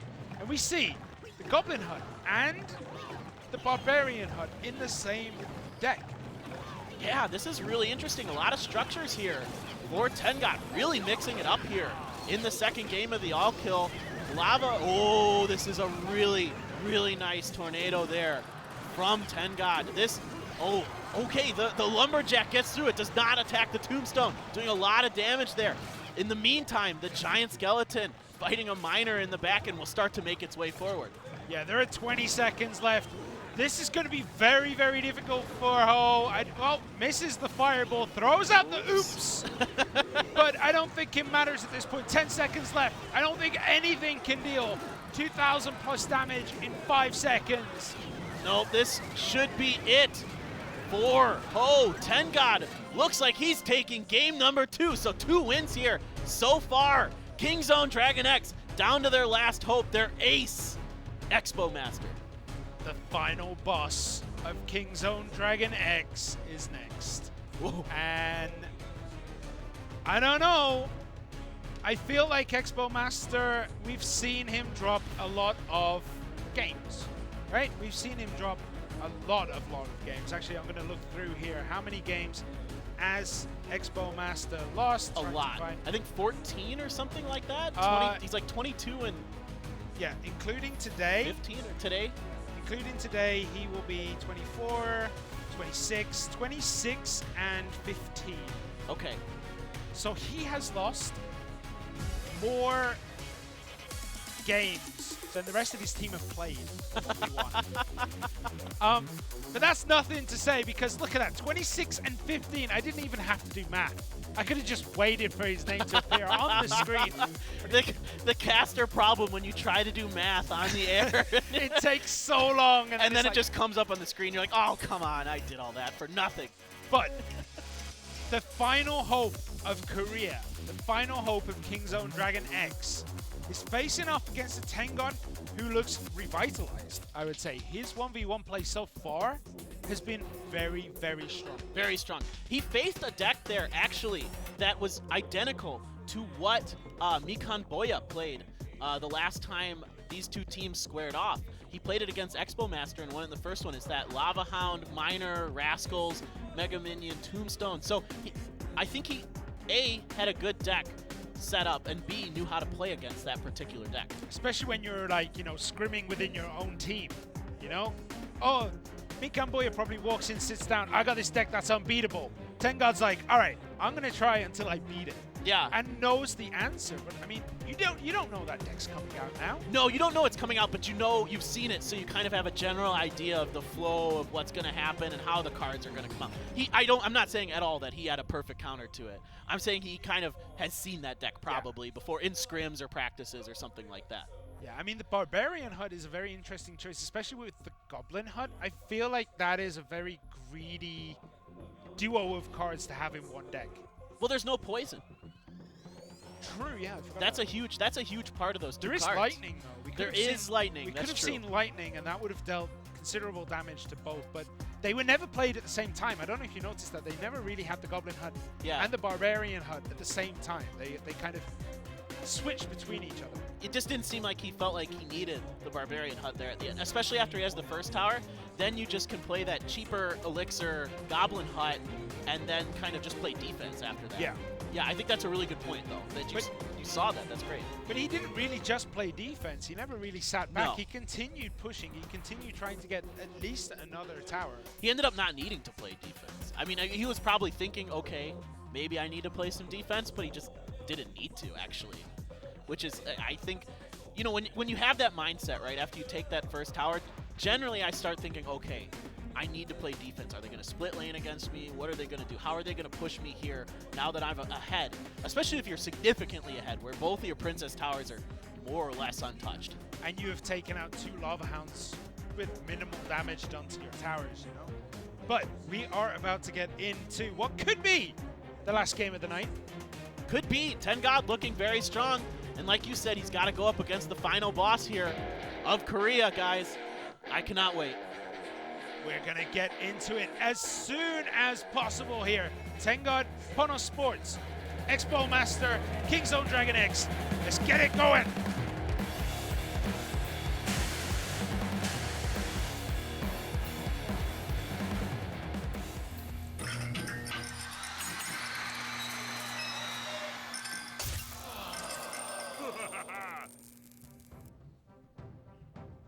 All right, here we go.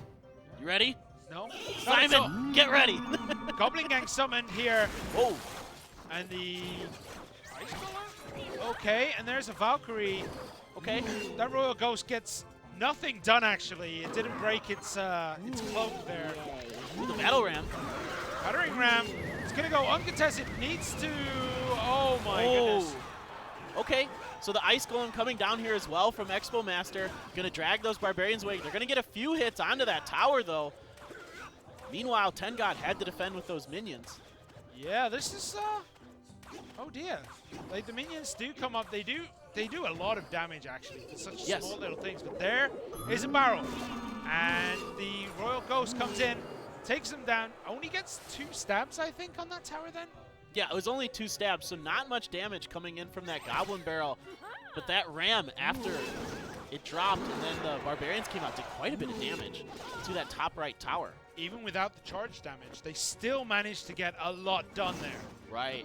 Both teams dropping Inferno Dragon here. Gonna take down that Valkyrie. Okay, here we go. An interesting push here.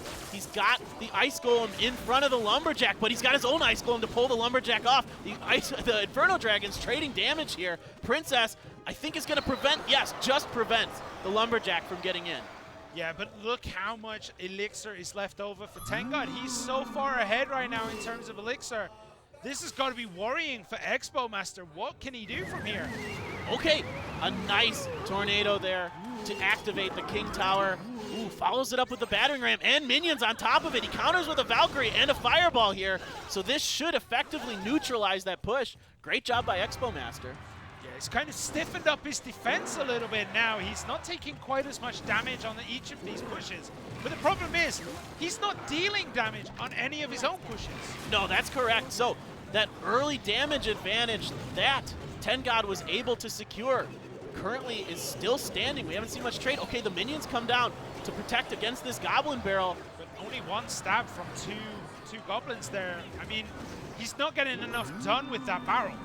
No, definitely not. It's still a bit of an advantage for Tengad, and this one could go to a long game.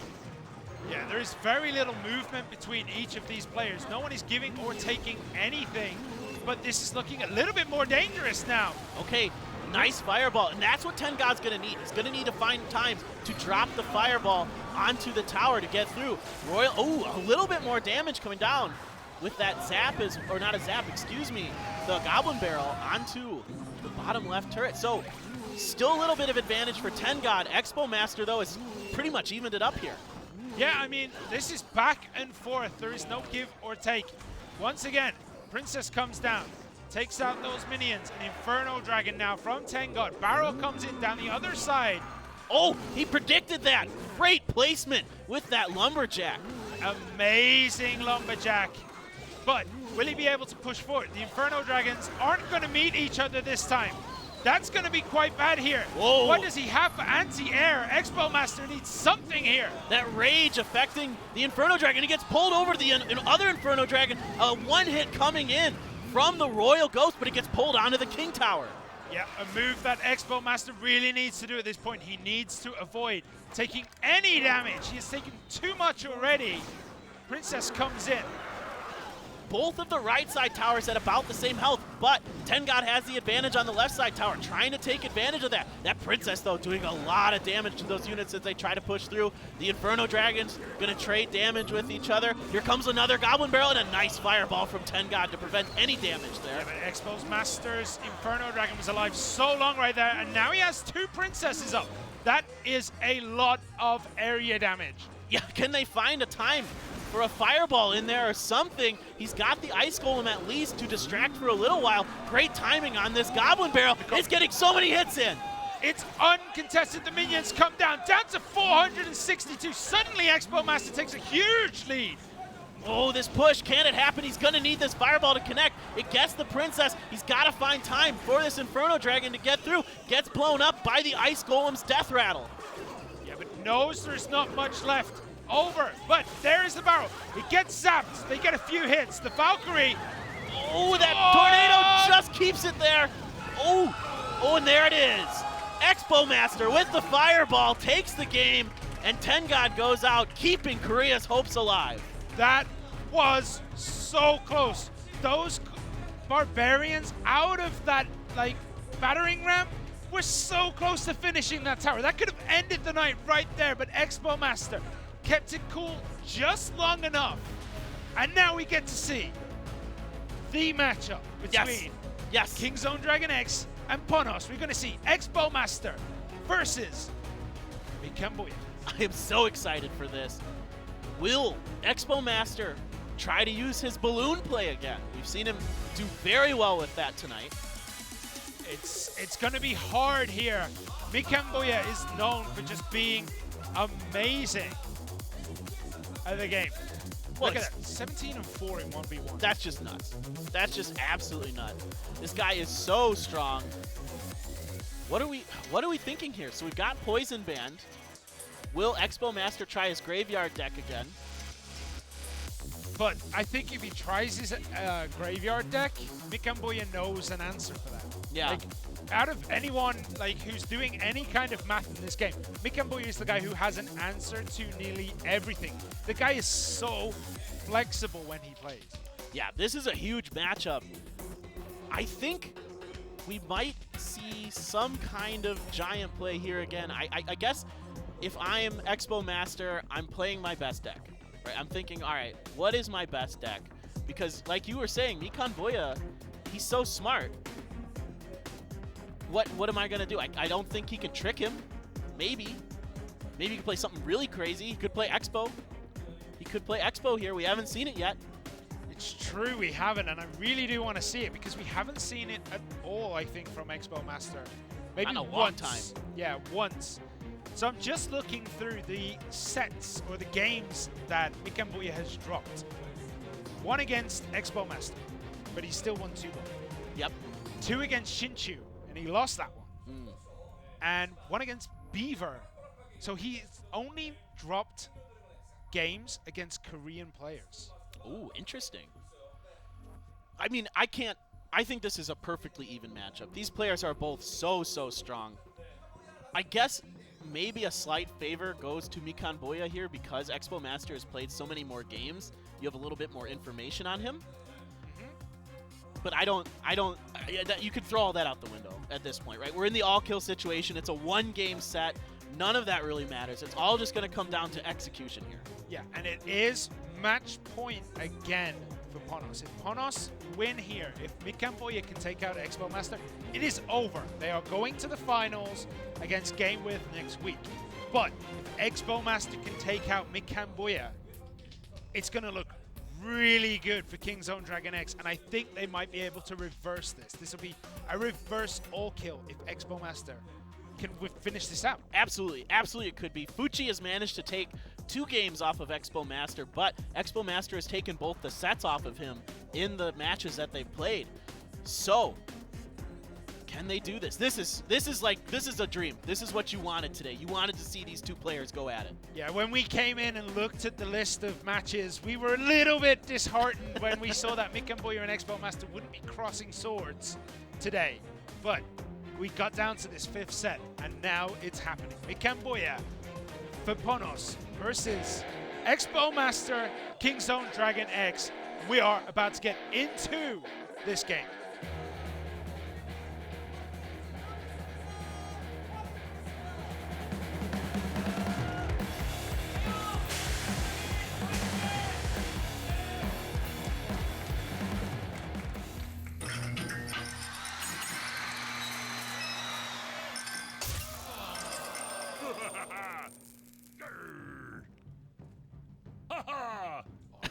The emote game is on.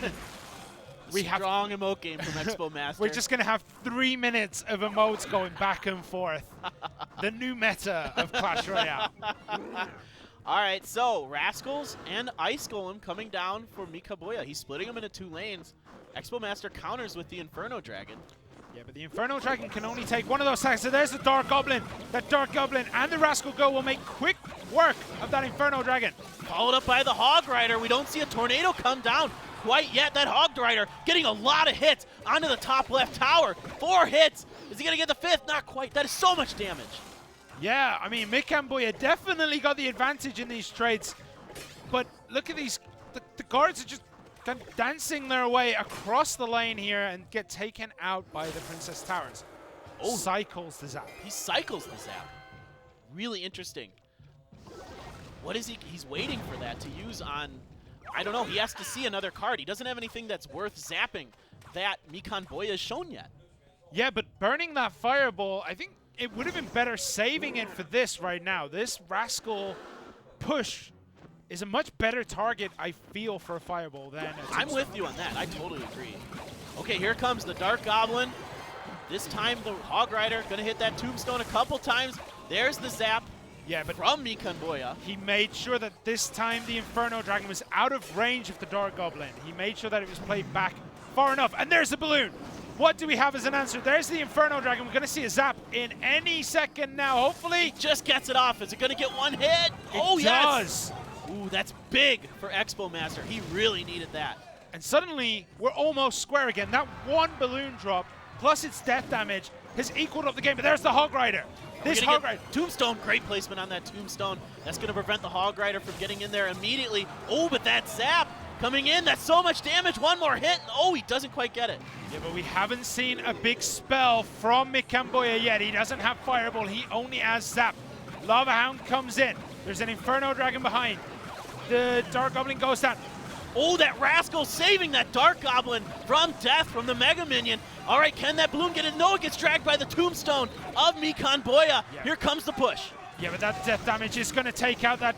Oh, it only took out the Rascal God. I thought it was going to take out the Dark Goblin as well. Didn't quite manage to get that. And then he's one alive-looking Inferno Dragon, and another one gets placed. There's the Dark Goblin. That's going to clean up. What is this last card? What is this last card for Mikan Boya? Will it be a Fireball or a Rocket? There it is. And that is it. Mikan Boya finishes off King's Own Dragon X here, taking out Expo Master, finishing tonight. That's it.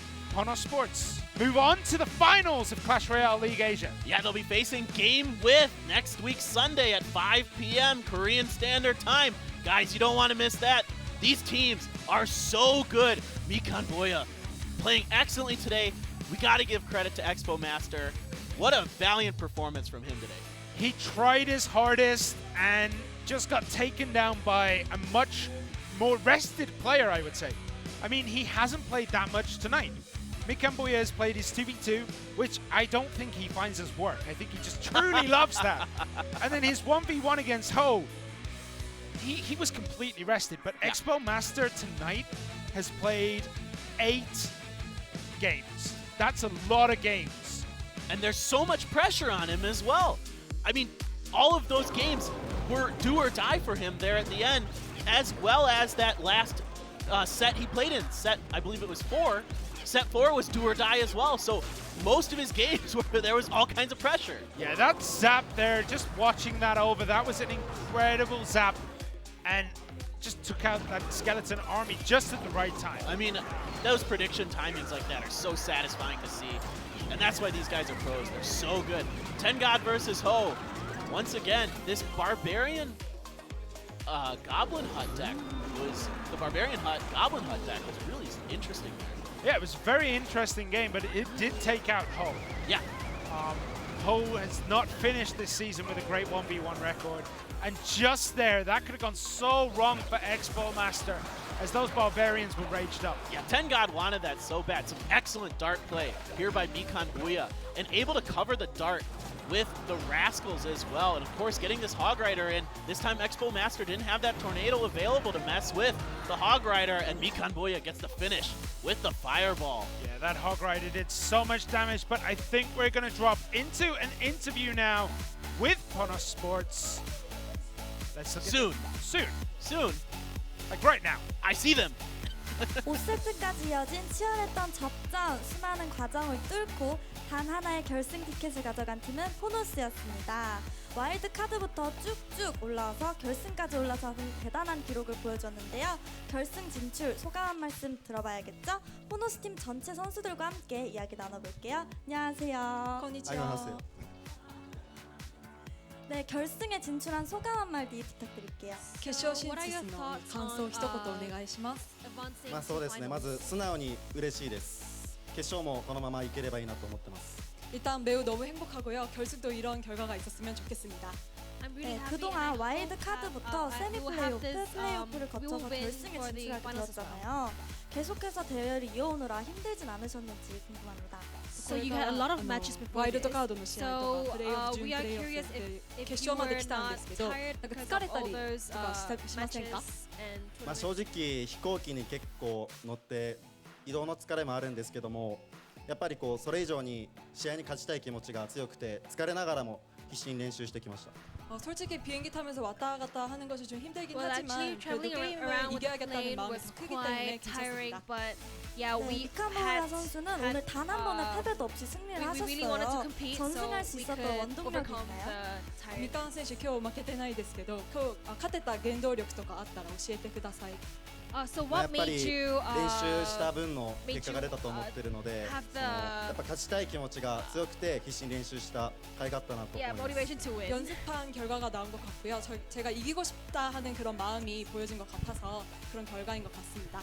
So we practiced a lot for this game, and I always wanted to win this game, and I think 선수와 1세트 재대결을 하셨습니다. 소감 한마디 부탁드릴게요. フチ選手今日またエクスポマスター選手と戦ったんですけどいかがでしたか？ So please いや本当にリベンジしたかったんですが、やはりエクスポマスター選手は強かったです。 다시 리벤지하고 싶었지만 엑스포 마스터 선수 정말 I really wanted to revenge, but yeah, Expo Master was 모자가 really good. 굉장히 인상이 깊었어요. 혹시 어디서 구매하셨는지 궁금합니다. So your cap says どこで買ったんですか? Yeah, it was really impressive. Where did you get it? この韓国の市場で、明洞で買いました。はい。 명동에 있는 한국 시장에서 So we got it in Myeongdong in a shop. 너무 잘 어울리십니다. 다음은 라이키 존스 선수께 한번 여쭤보고 싶은데요. 승률이 정말 좋은 선수신데 오늘 가장 끝에 나오셨더라고요. 어떤 전략이 있으셨나요?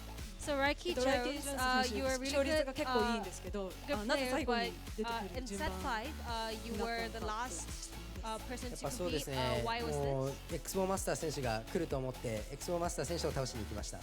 아무래도 엑스포 마스터 선수가 마지막에 올 것 같아서 제가 마지막에 나왔습니다. So we thought Expo Master will 결승에 임하기 appear 전 at 포노스 last. 팀 동료들에게 So that's why 한마디 we, 해주세요. I 決勝の前にポノスチームメイトの方に一言お願いします。やっぱりこのまま勝ち進んでもうやっとゲームイズと戦えるんでゲームイズも倒していきたいと思います。 이대로 이길 거고요. 게임위드를 위해서 저희는 싸우겠습니다. So we will 네, win for the 마지막으로 next game, and 감독이자 yeah, we will 포노스의 try our best to 정신적 win 지주 game 미칸 win. 선수에게 한마디 묻겠습니다. 게임이드와의 결승 각오 한마디 부탁드릴게요. So what are your determinations of the final? ゲームウィズドの決勝に対した意気込みとか教えてください。まず最初の試合の方で負けているのでまずリベンジを果たしたいという気持ちです。これからまた練習して1週間後全力でぶつかりに行きたいと思います。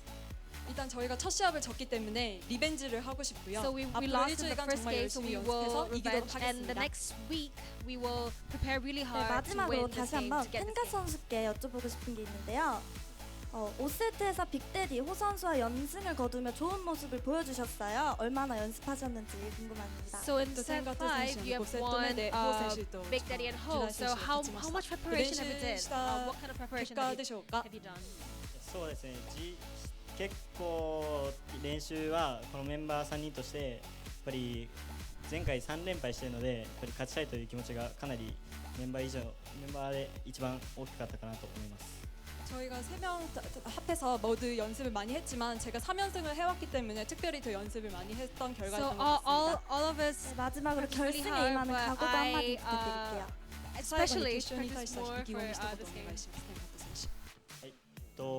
一度ゲームイズには負けているのでこの決勝で当てるっていうのはかなり奇跡に近い偶然どっちかな偶然ですけどかなり奇跡に近いので今度こそリベンジを果たしたいなと思います。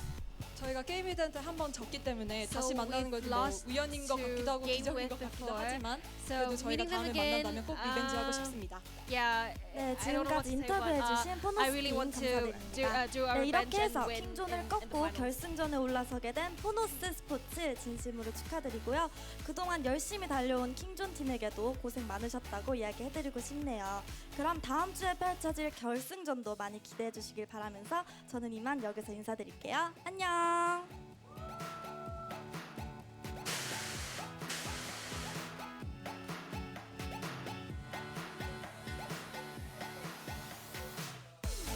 There we have it. One word that keeps coming up time and time again in that interview. Revenge, revenge, revenge. They got revenge last week on AHQ Esports Club. They got revenge this week against Kingzone Dragon X, who took them all the way. Next week, they're going to get revenge against Game With.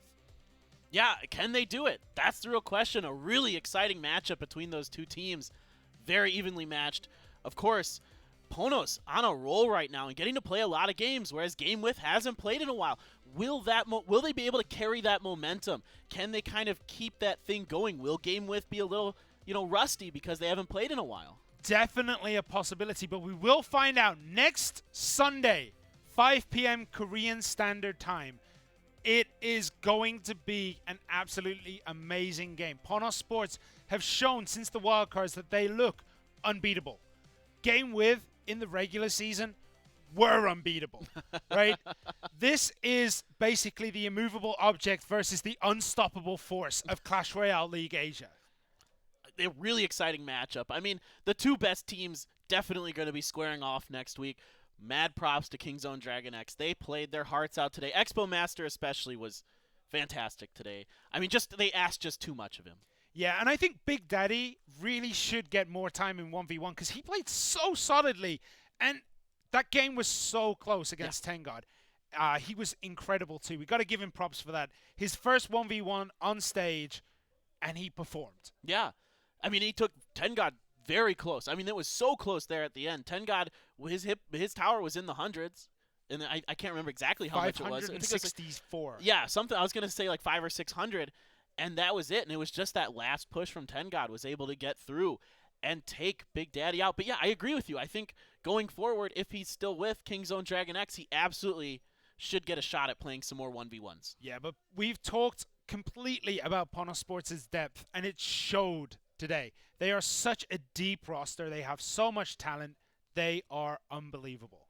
Yeah, I mean, TenGod taking 2 members of Kingzone Dragon X down in the all-kill stage. I mean, really impressive performance by him. It doesn't matter at all, you know, taking 2 people down in a row is really impressive in Clash Royale. When all that pressure is on you to perform, I mean, because let's say he loses one of those games, right? Then you've got another member that can maybe take on Mikan Boya, do something a little crazy, come through. I mean, it's not likely, but you know, the fact that he takes those 2 games is huge.